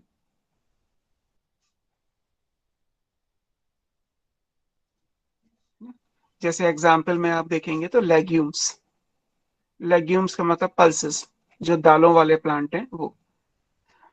आप पी का प्लांट देखिए, या अरहर है, या मूंग है, मसूर है, उड़द है, राजमा, छोले, इन सब के जो प्लांट है, सोयाबीन, मुलेठी, हमें फैबेसी फैमिली पढ़नी है। लेग्यूम्स का मतलब है फैमिली फैबेसी, जो आपको इसी चैप्टर में आगे पढ़ना है। तो फैबेसी फैमिली में भी लिखा है कि उनकी रूट्स कैसी होती है, नोडुलेटेड। रूट तो टैप रूट ही है, ये टैप रूट है, ऐसे ही बनेंगी। बट होगा क्या कि इनके अंदर नोड्यूल्स बन जाएंगे, जगह जगह पे बल्बस स्ट्रक्चर्स होंगे, इस तरीके से छोटे छोटे राउंड राउंड से स्ट्रक्चर है पूरी रूट पे। इनको हम क्या बोलते हैं, दीज आर रूट नोड्यूल। इनमें बैक्टीरिया होता है सिम्बायोटिक, पढ़ा है आपने, हैविंग सिम्बायोटिक बैक्टीरिया, मोनेरा में पढ़ा है सर ने? Sir cyanobacteria. नहीं नहीं, वो नहीं होता यहाँ पे, गलत सर है। Rhizobium, Rhizopus. Yes Rhizopus sir. Fungi है, सर जल्दी नहीं। राइजोबियम बैक्टीरिया, हाँ राइजो, एजोटोबैक्टर। हाँ सर, वो एजोटोबैक्टर भी राइजोबियम। नहीं है। एक मिनट, पहले ये देखिए कि मैं पूछ क्या रहा हूँ, मतलब आपको दिख, सॉरी, आपको दिख तो रहा ही है कि मैंने पूछा क्या है बेसिकली, है ना। आप जो भी बोलते जा रहे हैं वो सब कुछ गलत होता जाएगा सारा कुछ, और इतने में तो नीट का क्वेश्चन गलत कर देंगे। मैंने पूछा आपसे कि लेग्यूमिनस प्लांट के रूट नोड्यूल में कौन सा है, तो राइट राइजो आंसर इज राइजोबियम। राइजोबियम। अब हाँ, अब जो आपने किसी ने एजोटोबैक्टर बोला तो वो रूट नोड्यूल नहीं बनाता, वो तो फ्री लिविंग होता है, नाइट्रोजन फिक्सर। राइजोपस तो गलत हो गया, बिकॉज वो तो फंगी है, वो तो नाइट्रोजन फिक्सेशन करती नहीं है। साइनोबैक्टीरिया नाइट्रोजन फिक्सेशन करते हैं, ये ठीक है, लेकिन वो ये नहीं बनाते, और फैबेसी फैमिली में भी साइनोबैक्टीरिया नहीं होते। तो आपको वो बोलना है जो एग्जैक्टली एप्लीकेबल है यहाँ पे, कि रूट नोड्यूल अगर लेग्यूमिनस प्लांट के अंदर बन रहे हैं, देन बैक्टीरिया इसमें कौन सा है। So that bacterium is rhizobium. Rhizobium की वजह से ये नाइट्रोजन फिक्सेशन कर पाते हैं। तो मॉर्फोलॉजी के हिसाब से में रूट कैसा दिखाई दे रहा है, नोडुलेटेड है, कि इसमें नोड्यूल का फॉर्मेशन हो गया, so that is called nodulated roots. Third one, respiratory roots.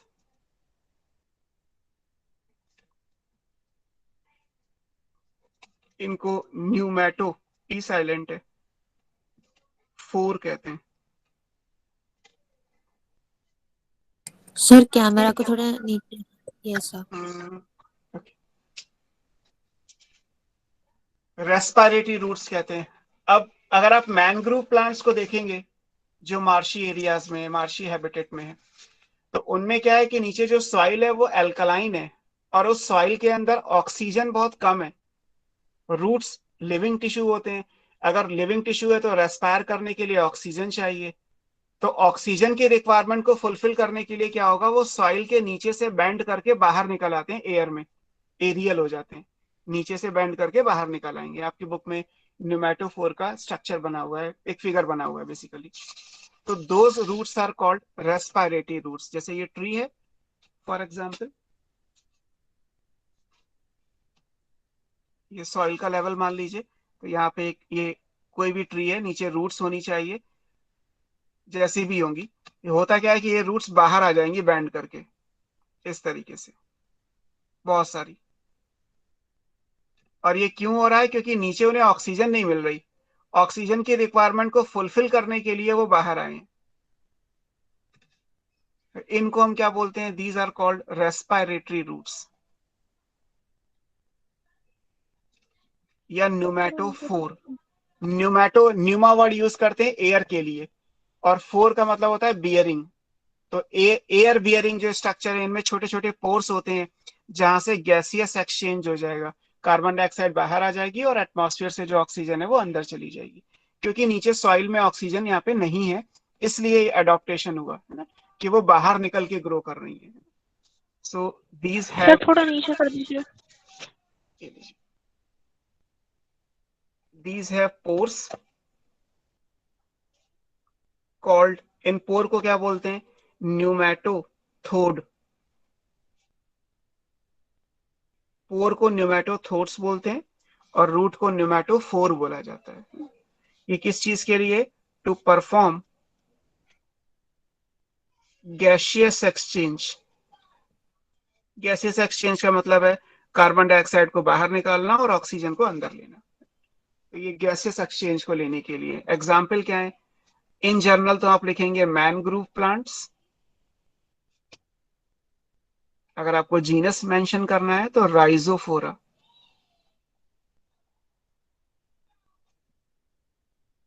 क्योंकि रूट्स नीचे ग्रो नहीं कर सकती इसलिए वो ऊपर निकल आई। So that's why they are pneumatophores और रेस्पिरेटरी रूट्स। क्लियर? अब यहां से अगर आप देखोगे तो ये एक्सेप्शन हो गया, क्योंकि अभी तक आपने जो भी रूट पढ़ी है वो ग्रेविटी की तरफ ग्रो करती हैं और लाइट से अवे होती हैं। यहाँ क्या हो गया? ये लाइट की तरफ ग्रो कर रही हैं, अवे फ्रॉम ग्रेविटी हो गई हैं। तो ये एक्सेप्शनल केस हो गया। ये रूट्स कैसी हो गई? दीज आर, मैं शॉर्ट में लिख दे रहा हूं, नेगेटिवली जियोट्रॉपिक, पॉजिटिवली फोटोट्रॉपिक। जबकि अभी तक आपने रूट्स कैसी पढ़ी हैं? Positively geotropic, negatively phototropic. तो ये एक्सेप्शन केस हो गया। रूट अपने नॉर्मल बिहेवियर से अलग ग्रो कर रही है। सर तो ये तो जब ऑक्सीजन लेवल की कमी होती होगी तभी तो ऊपर आते होंगे ना। तो पूरे मैनग्रोव प्लांट्स में जो मार्शी एरिया है, आप सुंदरबन चले जाइए, डेल्टा, वहां तो सारे ट्री ही ऐसे हैं। क्या करें, नीचे है ही नहीं ऑक्सीजन। और तो और नीचे लेके वापस नीचे नहीं जाते सॉइल में? नहीं जाएंगी, नहीं, क्योंकि नीचे जाने की कंडीशन ही नहीं है, तभी तो ऊपर निकल के आए, वो नीचे क्यों जाएंगी? और वहां तो सैलिनिटी भी है, मार्शी एरियाज में तो सलाइन वाटर भी होता है। और नॉर्मली सेल को ग्रो करने के लिए जो पीएच चाहिए वो 7.2 चाहिए। अगर आप सलाइन एनवायरनमेंट में रूट को रख दोगे तो वैसे ही उनकी लाइसिस हो जाएगी। तो क्योंकि नीचे एनवायरनमेंट फेवरेबल नहीं है, इसीलिए तो बैंड करके ऊपर आ रही है। Okay sir. सर फिर ऐसे रूट सिर्फ मार्शी एरियाज में पाई हाँ जाएंगी? ऑब्वियस है, ये तो यही तो मॉडिफिकेशन है। ये तो आपको केवल मैनग्रोव प्लांट्स में मिलेंगी। हाँ, अगर ये वाली लाइन पूछा जाए तो ये आपने कहीं पढ़ा है सेम चीज? कोई रूट आपने ऐसा पढ़ा है जो इसी कैटेगरी के जैसा हो? Negatively geotropic, positively phototropic.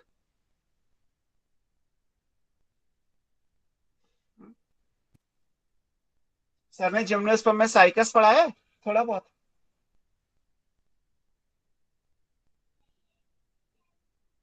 Sir ने उसका एग्जांपल दिया था बस, उसे पढ़ाया नहीं था। साइकस में कोरोलाइट रूट बताया था? Yes sir. यस हाँ, सर। तो वो भी तो ऐसी होती है। आपने उसको भी तो इसी कैटेगरी में रखोगे। जो कोरल वाली रूट है साइकस में, कोरोलाइट रूट, वो भी तो सॉइल से बाहर ग्रो कर रही है, एयर में ग्रो कर रही है, अवे फ्रॉम ग्रेविटी, और लाइट की तरफ ग्रो करती है, टुवर्ड्स लाइट। अगर आपसे कहा जाए कि नेगेटिवली जियोट्रॉपिक रूट के एग्जाम्पल बताइए तो मेरे हिसाब से दो एग्जाम्पल आएंगे, एक तो ये और एक साइकस की कोरोलाइट रूट, जो आप पढ़ते हैं 11th-12th की बायो मिला के।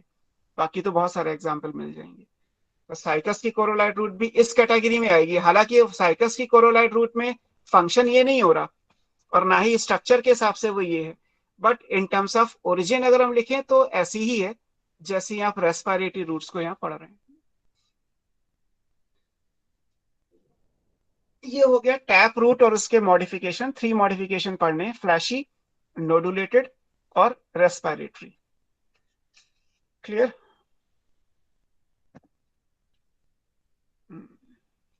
सानवी गुप्ता ने क्या लिखा है, बोलो कोई। एरियल रूट्स यही है? नहीं, ये एरियल नहीं है, अभी हम पढ़ा रहा हूं मैं एरियल। 5 मिनट्स दीजिए, आप एरियल रूट से पहुंच जाएंगे। हटा दो शीट। Yes sir. अब हमें पढ़ना है मॉडिफिकेशन ऑफ एडवेंटिशियस रूट्स। उसको देखते हैं क्या क्या मॉडिफिकेशन है। सर एक बार साइकस वाला पार्ट बता दीजिए, वो आप क्या कहना चाह रहे थे? ओके, साइकस जब आप बनाते हैं, ये देखो, साइकस का ट्री ऐसा होता है, देखा तो होगा ना साइकस नेचर में, पाम के जैसा होता है। ये साइकस है। नीचे टैप रूट सिस्टम आएगा,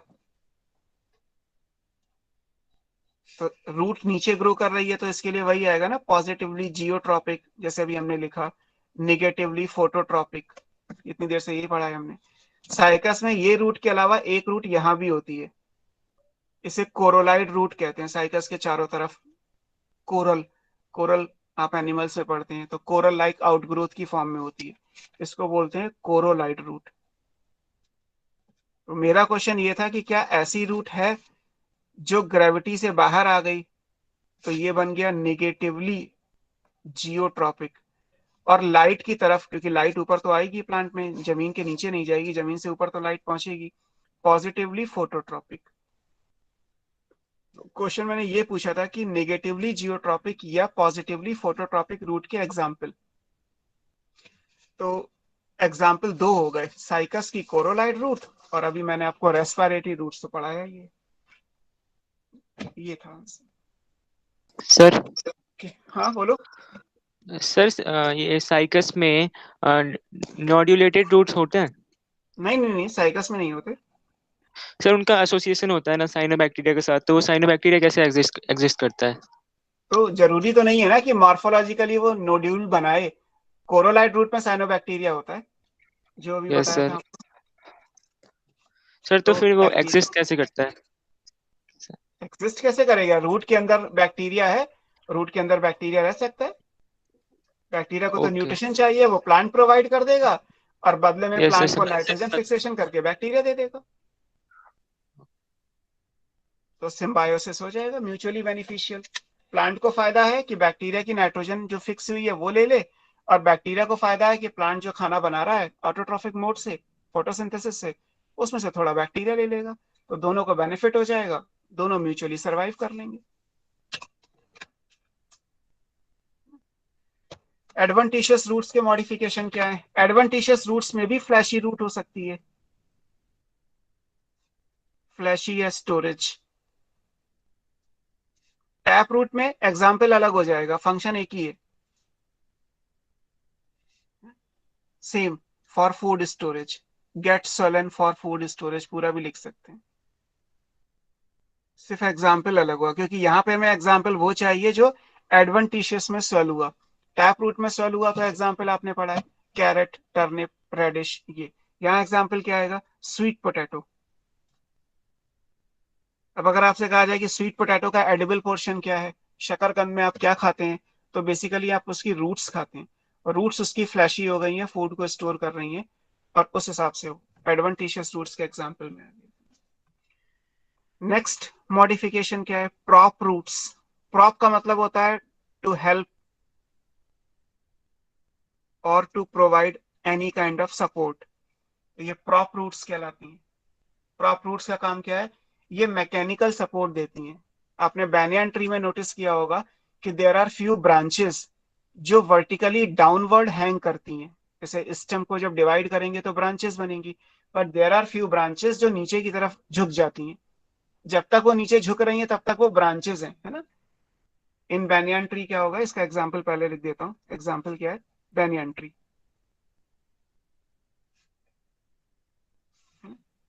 Banyan trees, ficus, bengalensis,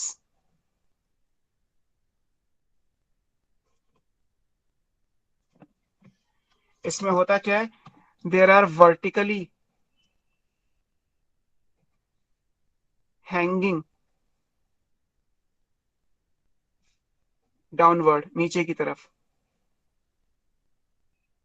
aerial branches.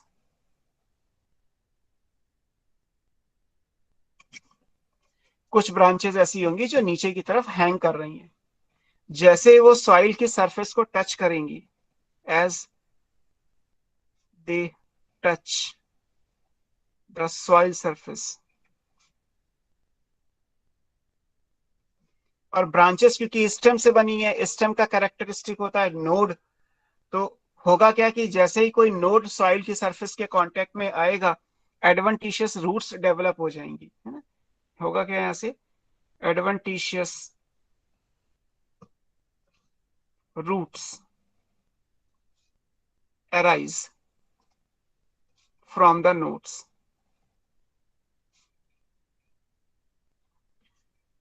इन्हीं एडवेंटिशियस रूट्स को बोलते हैं कॉल्ड प्रॉप रूट्स। इनको क्या बोलेंगे? प्रॉप रूट्स बोलेंगे आप। और इनका फंक्शन क्या सर होगा? एडवेंटिशियस कैसे अराइज हो जाएंगी? क्योंकि वो नोड से अराइज हो सकती है ना, वहां पे तो आपने लिखा है अदर देन रेडिकल, तो अदर देन रेडिकल में कहीं से भी अराइज हो सकती हैं। Node is the classical example. इनका फंक्शन हो गया मैकेनिकल सपोर्ट प्रोवाइड करना। बैनियन ट्री की तो कैनोपी बहुत बड़ी होती है ना, बैनियन ट्री का तो एरिया बहुत बड़ा होगा। अब उतना बड़ा एरिया सपोर्ट कैसे करेगा? अगर एक स्टेम पे पूरा ट्री रुकेगा तो रुक ही नहीं पाएगा। तो नेचर ने क्या किया कि थोड़ी थोड़ी दूर पे ब्रांचेस बना दी गई। ब्रांचेस जैसे ही सॉइल के कांटेक्ट में आएंगी उनको अलग से न्यूट्रिशन मिलेगा, तो वो ब्रांचेस भी स्टेम के जैसी ग्रो कर जाएंगी। अगर मान लीजिए 100 ईयर ओल्ड कोई बैनियन ट्री है, तो उसमें एक्चुअल मेन स्टेम कौन सा था वो आप ढूंढ ही नहीं पाएंगे। बाहर से देखने पे मॉर्फोलॉजिकली आपको सब एक जैसा लगेगा, आपको समझ में नहीं आएगा कि इसमें स्टेम कौन सा था। उसके लिए तो फिर आपको उसकी इंटरनल स्टडी करनी पड़ेगी, तब आप पता कर पाएंगे। अदरवाइज वो रूट्स प्रॉप रूट्स कहलाती हैं ना। आपके बुक में बैनियन ट्री का भी डायग्राम बना है, आप उससे भी हेल्प ले सकते हैं। कुछ ब्रांचेस हैं, वो ब्रांचेस हैंग कर रही हैं, तब तक वो ब्रांचेस हैं। हैंग करने में जैसे ही वो सॉइल के कांटेक्ट में आएंगी उनसे रूट्स डेवलप हो जाएंगी। क्यों डेवलप हो रही हैं? क्योंकि हर एक ब्रांच में या स्टेम में नोड प्रेजेंट होते हैं, और नोड वो एरिया है जहां से रूट्स डेवलप होती हैं, एडवेंटिशियस रूट्स डेवलप होती हैं। अभी आपने फाइब्रस रूट के लिए भी तो यही लिखा था कि they develop from the lower node of the stem. तो स्टेम के अंदर जो नोड है उससे रूट डेवलप हो सकती हैं। वो लोअर नोड से डेवलप हुई तो फाइब्रस नाम दे दिया, अगर वो किसी और से डेवलप हुई है तो इस हिसाब से आती है।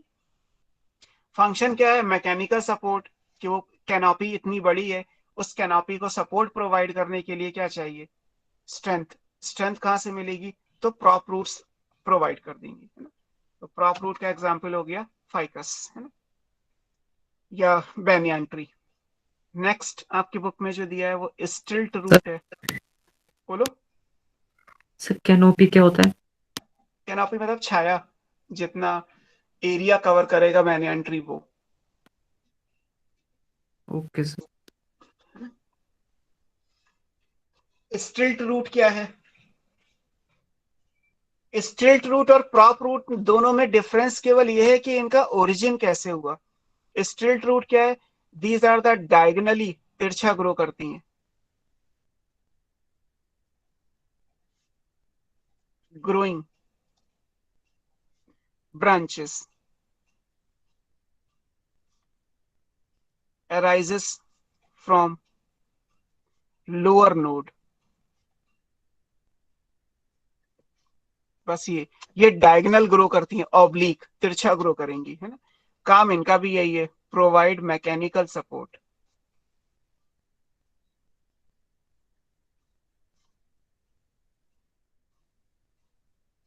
जैसे एग्जाम्पल अगर आप लिखेंगे तो मेज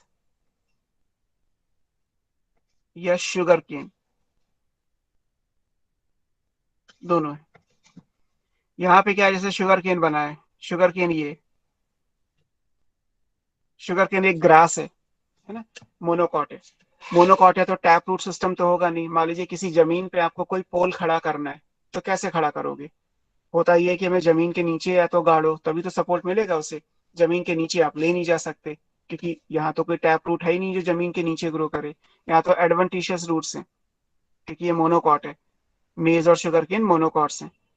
तो इसको सपोर्ट कैसे मिलेगा? इसके जो शुगर केन में नोड होते हैं, जहाँ शुगर केन में निशान बने होते हैं, ये नोड कहलाते हैं, गांठ। यहाँ से कुछ ब्रांचेस ग्रो करती हैं जो ऑब्लिक ग्रो करेंगी। जैसे आप किसी भी पिलर को खड़ा करने के लिए एंगल बना देते हैं, और जैसे ये ब्रांचेस सॉइल के लेवल में आएंगी, यहाँ से और एडवेंटिशियस रूट्स डेवलप हो जाएंगी। ये अब ये सपोर्ट हो सकता है और ये लंबा ग्रो करता रहेगा। तो इनको हम क्या बोलते हैं? They are called stilt root. बस ये याद रखिएगा, रूट वर्ड तभी आएगा जब नीचे रूट डेवलप हो जाएंगी। जब तक ये नीचे यहाँ तक कांटेक्ट में नहीं आ रही, तब तक ये डायगोनल या ऑब्लिक ग्रोइंग ब्रांचेस हैं। अगर आप बैनियन ट्री बनाते तो बैनियन ट्री ये ट्री का मेन स्टेम हो गया, नीचे जो रूट सिस्टम होगा वो तो है ही, बट है क्या कि इसकी तो बहुत बड़ी कैनोपी है बैनियन ट्री की। अब इसको सपोर्ट कैसे देंगे? तो इसको सपोर्ट देने के लिए ये कि यहाँ पे एरियल ब्रांचेस है नीचे हैंग कर रही हैं बहुत सारी, थोड़ी थोड़ी दूर पे ये ब्रांचेस हैंग करती रहती हैं। अब जैसे ये ब्रांच ग्रो करते करते नीचे आएगी और इसका नोड यहाँ सॉइल के कांटेक्ट में आएगा, यहाँ से रूट्स डेवलप हो जाएंगी इस तरीके से। सर नीचे कर लीजिए। 1 मिनट बेटा, मैं बना रहा हूँ तो बना ही देता हूँ, आपको समझ में आ गया तो। और फिर ये और बड़ा ग्रो हो जाएगा, और ज्यादा ग्रो हो जाएगा। जस्ट डिस्टर्ब क्यों हो रहा है? ये प्रॉप रूट्स हैं, या प्रॉप्स बोल देते हैं सिंपली। ये सॉइल का लेवल है। बैनियन ट्री के अंदर हैंगिंग ब्रांचेस हैं, वर्टिकली डाउनवर्ड नीचे की तरफ हैंग करती हैं। और मेज या शुगर केन के अंदर डायगोनली ग्रो करने वाली ब्रांच है, तिरछा ग्रो करेंगी और वो आगे जाके ये फंक्शन देंगी।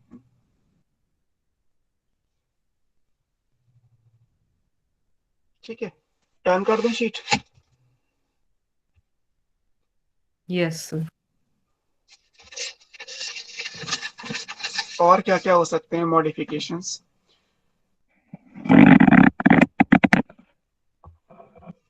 Next modification is climbing root.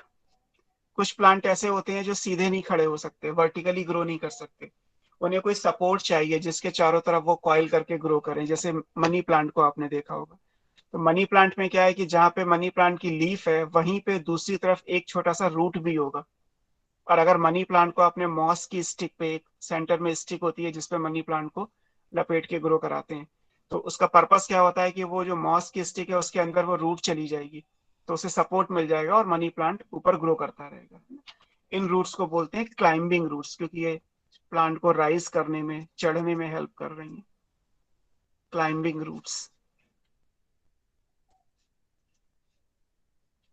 है ना?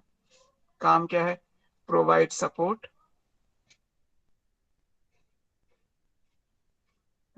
Helps in climbing.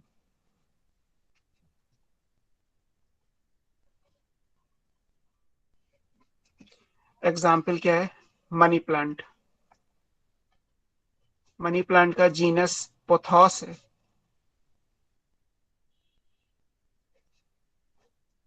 या पान का जो पत्ता होता है, पाइपर, पान को क्या कहते हैं? पानी लिख लीजिए आप। पान की जो लीफ होती है ना, दैट इज पाइपर बीटल। तो पान की भी बेल होती है, जो पान का पत्ता आता है वो सिर्फ लीफ, जैसे मनी प्लांट की लीफ को काट लीजिए, ऐसे पान की लीफ को काट के देखें, बाकी एक बेल है, उसमें हर एक नोड पे एक लीफ है और एक रूट है, तो आसानी से आप उस बेल को किसी भी चीज के ऊपर कॉइल करके ग्रो करा सकते हो। इसलिए सर इसमें ग्रेप्स भी आ सकता है एग्जांपल? नहीं नहीं नहीं, ग्रेप नहीं आता एक्चुअली। ग्रेप में बीच में रूट्स नहीं बनती, ग्रेप की रूट्स तो जमीन के नीचे ही होती हैं। ग्रेप क्लाइंबिंग हैबिट है, बट उसका स्टेम क्लाइंबिंग है, उसमें रूट्स का कोई रोल नहीं है, वो तो स्टेम कॉइल कर जाता है, but not because of root. तो हम उसको क्लाइंबर में लिखते हैं, स्टेम के मॉडिफिकेशन में आएगा, रूट में नहीं आएगा। नेक्स्ट, रूट में फोटोसिंथेसिस भी हो सकती है, फोटोसिंथेटिक रूट्स। फोटोसिंथेटिक को एसिमिलेशन कहते हैं, एसिमिलेटरी रूट्स। खाना बनाने में रूट का काम हो सकता है। नॉर्मली फोटोसिंथेसिस कौन करता है? लीफ, बट इन प्लांट की रूट फोटोसिंथेसिस कर सकती हैं। They are green in colour, they perform photosynthesis.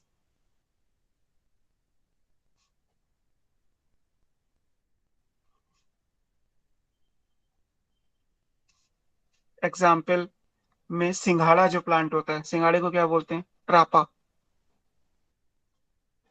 English में वाटर चेस्टनट। अगर कॉमन नेम हो तो सिंघाड़ा लिख लीजिएगा आप अपने नोट्स में। या आपने, किसी ने टीनोस्पोरा सुना है?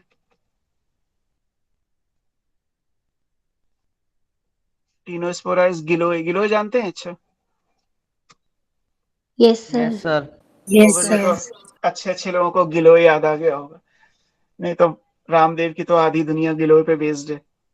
तो गिलोय इज टीनोस्पोरा, उसे गुरुच भी कहते हैं संस्कृत में, बट बोटानिकली टीनोस्पोरा।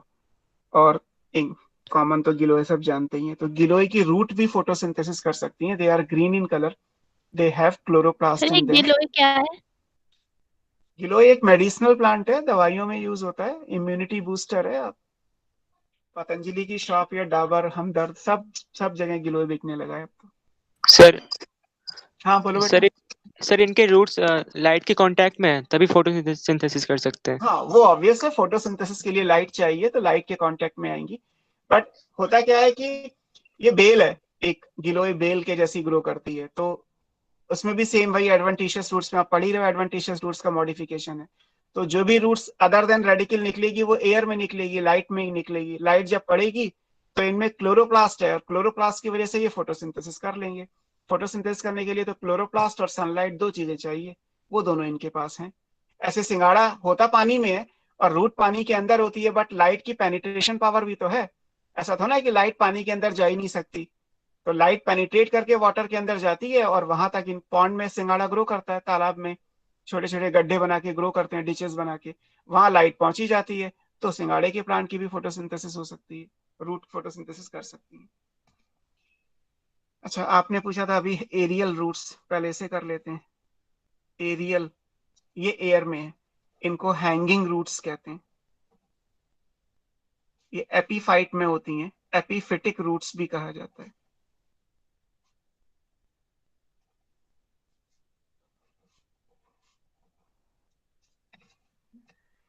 इनका काम क्या है, ये एब्जॉर्ब तो न्यूट्रिशन ही करेंगी, nutrition and water, minerals and water, but atmosphere या एयर से करेंगी, बिकॉज ये सॉइल के कांटेक्ट में नहीं होती। Absorb water and nutrients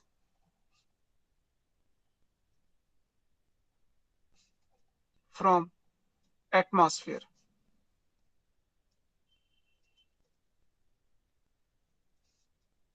example में ऐसे प्लांट्स एपीफाइट्स कहलाते हैं, ये इकोलॉजी का टर्म है। इनमें ऑर्किड्स आते हैं। ऑर्किड्स की रूट इस टाइप की होती है। होता क्या है कि ऑर्किड ट्रॉपिकल रेन फॉरेस्ट में ग्रो करता है। ट्रॉपिकल रेन फॉरेस्ट इंडिया के हिसाब से अगर कहा जाए तो नॉर्थ ईस्टर्न स्टेट्स और अंडमान निकोबार आइलैंड, ये वाला जो एरिया है ये ट्रॉपिकल रेन फॉरेस्ट का है, इंडिया का।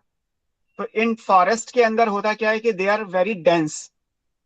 दोपहर के 12 बजे भी जो फॉरेस्ट के बेस पे, फॉरेस्ट के फ्लोर पे जो प्लांट होते हैं ना, उनको सनलाइट नहीं मिलती, बिकॉज बहुत ज्यादा घने हैं। जो फॉरेस्ट में मेन ट्री होगा वो तो ऊपर की तरफ होगा, ऊंचा होगा, तो सारी सनलाइट तो वो रोक लेता है, नीचे तक लाइट पहुंचती नहीं। तो नेचर ने क्या किया है कि कुछ ऐसे प्लांट होते हैं जो इन ट्री की ब्रांचेस पे ग्रो कर जाते हैं। तो ट्री की ब्रांचेस तो लाइट के कांटेक्ट में है, तो जो प्लांट ट्री की ब्रांचेस पे ग्रो करेंगे वो कहलाते हैं एपीफाइट्स। एपी का मतलब एबव, फाइट मतलब प्लांट, प्लांट के ऊपर प्लांट ग्रो कर जाएगा।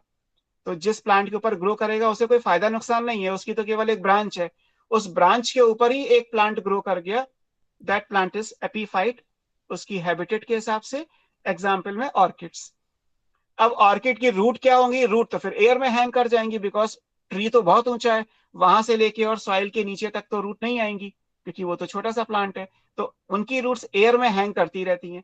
ट्रॉपिकल रेन फॉरेस्ट में, क्योंकि रेन फॉरेस्ट है तो ऑब्वियस है कि उसमें मॉइस्चर की तो कोई कमी है नहीं, और जो भी डिकम्पोजिशन होगा स्टेम के ऊपर, उसी से जो न्यूट्रिएंट्स मिलेंगे उन्हीं को वो एब्जॉर्ब कर लेंगे।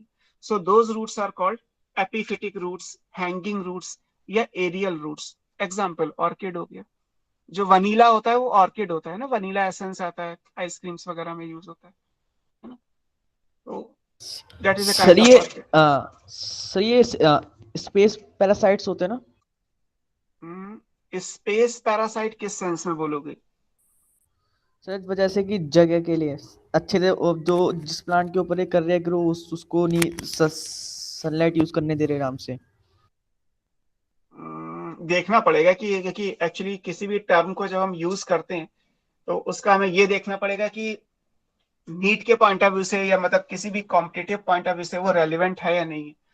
जैसे कई बार हम जनरल सेंस में यूज तो कर लेते हैं वर्ड, वो टेक्निकली गलत हो जाता है जब उसकी डिटेल पढ़ते हैं। तो अभी मैं कह नहीं सकता कि स्पेस पैरासाइट कहलाएगा नहीं कहलाएगा। ट्वेल्थ में जब आप इसको पढ़ोगे तो इसे कमेंसलिज्म कहते हैं, कि एक प्लांट को तो कोई फायदा कोई नुकसान नहीं है, that is the main tree, जिसकी ब्रांच को यूज किया जा रहा है, ना तो उसे कोई फायदा है ना उसे कोई नुकसान है। लेकिन जो दूसरा प्लांट इसके ऊपर ग्रो कर रहा है उसे फायदा हो रहा है, क्योंकि वो उसकी वजह से वो ऊंचाई पे आ गया, वरना वो खुद ऊंचाई पे नहीं आ सकता था। वो तो फॉरेस्ट की जो जमीन है उसी में रह जाता, जमीन तक लाइट नहीं पहुंच रही।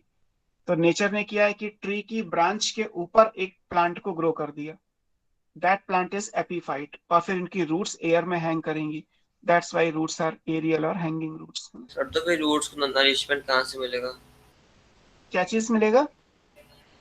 सर मतलब वाटर मिनरल्स और जो प्लांट्स की रिक्वायरमेंट होती है वो सब। एटमॉस्फेयर, ट्रॉपिकल रेन फॉरेस्ट में तो जो हवा भी है वो भी बहुत नमी वाली है, तो वाटर के जो वेपर्स हैं उन्हीं को एब्जॉर्ब कर लेंगी, और जो डिकम्पोजिशन का रेट है वो भी ट्रॉपिकल रेन फॉरेस्ट में सबसे ज्यादा होता है।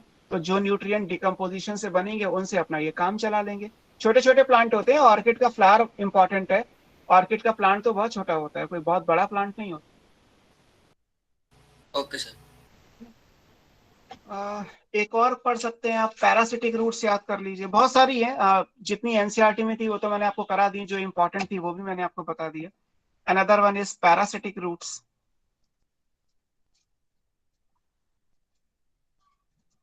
अब ऐसा भी नहीं है कि सारे प्लांट्स फोटोसिंथेसिस करते ही हैं, देयर आर फ्यू प्लांट्स जो पैरासाइट के तरीके से काम करते हैं। एक प्लांट दूसरे प्लांट से न्यूट्रिशन लेगा, ये तो केवल ग्रो कर रहे हैं, बाकी सब अपने आप करते हैं। ये न्यूट्रिशन लेंगे, एब्जॉर्ब करेंगे, विच एब्जॉर्ब न्यूट्रिशन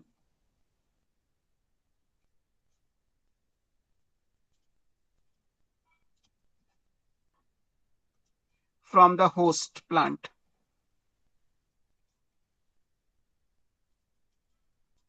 तो इनको पैरासिटिक रूट्स कह देते हैं। एग्जाम्पल में जैसे कसकोटा है, कसकोटा इज ए पैरासिटिक प्लांट, कसकोटा को अमर बेल कहते हैं।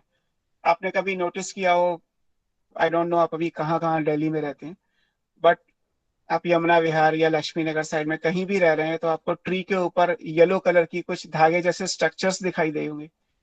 जरूरी नहीं आपने देखे हो, बट कॉमन है। सिर्फ एक थ्रेड लाइक स्ट्रक्चर होगा धागे जैसा, और वो किसी भी ट्री के ऊपर ग्रो कर रहा होगा। तो वो जो धागे जैसा स्ट्रक्चर है वो भी एक पूरा प्लांट है। उसमें बस लीफ ईफ नहीं होती, ना रूट होती है ना लीफ होती है। रूट होती भी है ऐसी वाली तो आपको दिखाई नहीं देगी। स्टेम भी वो एक धागे जैसे स्ट्रक्चर के जैसा है, कोई फ्लावर नहीं आता, बिकॉज वो तो सारा न्यूट्रिशन उस ट्री से ले रहा है जिसके ऊपर वो ग्रो कर रहा है। तो वो अमर बेल उसे कहते हैं, कसकोटा। वो प्लांट का नाम क्या है? Cuscuta. It's a parasitic plant. एक प्लांट के ऊपर दूसरा plant as a parasite grow करता है। तो इसकी रूट्स का काम क्या है? मेन होस्ट की बॉडी के अंदर इंसर्ट हो जाना, और उससे बना बनाया जो ग्लूकोज जो न्यूट्रिशन है वो लेते रहना और ग्रो करते रहना।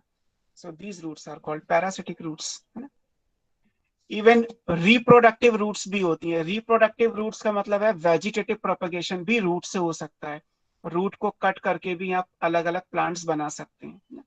Last one is vegetative propagation by root.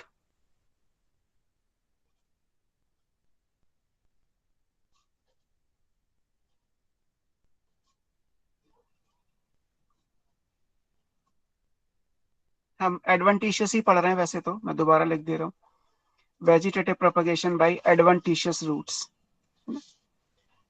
इसके एग्जाम्पल में स्वीट पोटैटो ही आएगा, शकरकंद। शकरकंद को काट के आप प्लांट बना सकते हैं, एक शकरकंद के 4 टुकड़े से 4 प्लांट बन सकते हैं।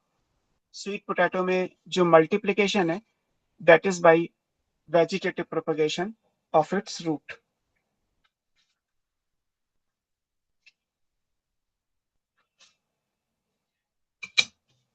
क्लियर? तो यहां तक हमने रूट कंप्लीट किया। नेक्स्ट क्लास में आप स्टेम पढ़ लीजिएगा। कुछ आ रहा है समझ में आप लोगों को? फर्स्ट क्लास है हमारी। पैरासिटिक रूट, टैप रूट का Yes, sir. मॉडिफिकेशन। एक एक करके बोलो, बोलो बेटा। शुभम कुछ कह सर रहे हैं? पैरासिटिक रूट, टैप रूट का मॉडिफिकेशन नहीं हो सकता?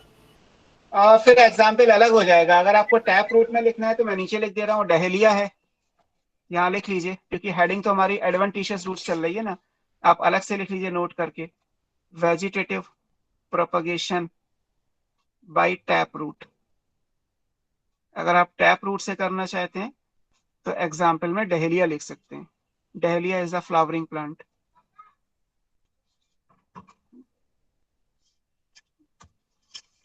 इंपॉर्टेंट नहीं है, आपने पूछा तो मैंने बता दिया।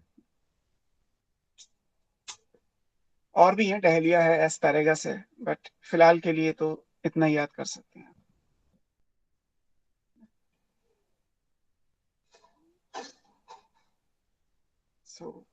मेरा क्वेश्चन था कि सर आपको समझ में आ रहा है?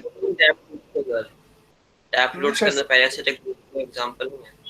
नहीं नहीं, ऐसा नहीं है, हर जगह हर एग्जाम्पल नहीं आएगा। ये तो वो है जो जहाँ जहाँ, क्योंकि ये तो मॉडिफिकेशन है।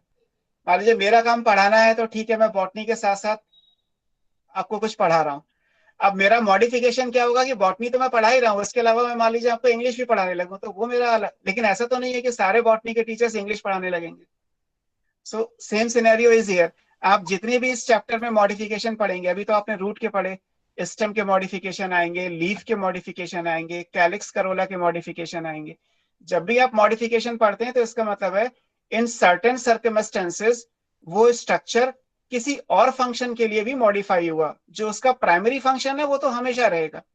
ऐसा नहीं है कि ये वाली रूट्स वाटर का एब्जॉर्प्शन या मिनरल एब्जॉर्प्शन नहीं करती, बट अपार्ट फ्रॉम दैट वो सेल कर गई हैं, फूड स्टोर कर लिया, उन्होंने न्यूट्रिशन विड्रॉ कर लिया, उन्होंने क्लोरोप्लास्ट डेवलप कर लिया, तो फोटोसिंथेसिस हो गई।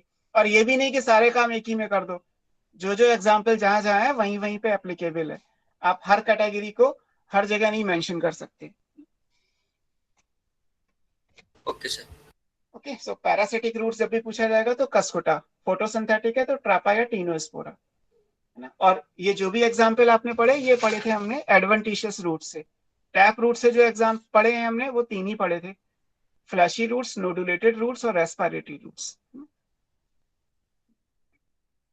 मैंने आपसे ये पूछा था, कुछ समझ में आ रहा है आप लोगों को? हटा दूं शीट?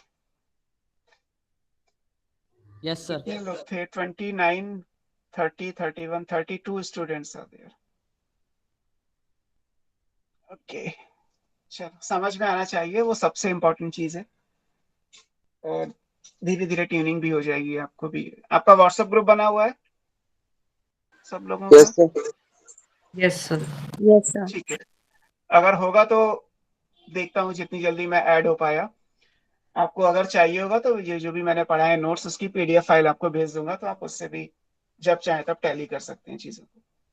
अगर इन केस कभी कुछ छूट भी जाता है तो पीडीएफ फाइल से उसको चेक कर सकते हैं।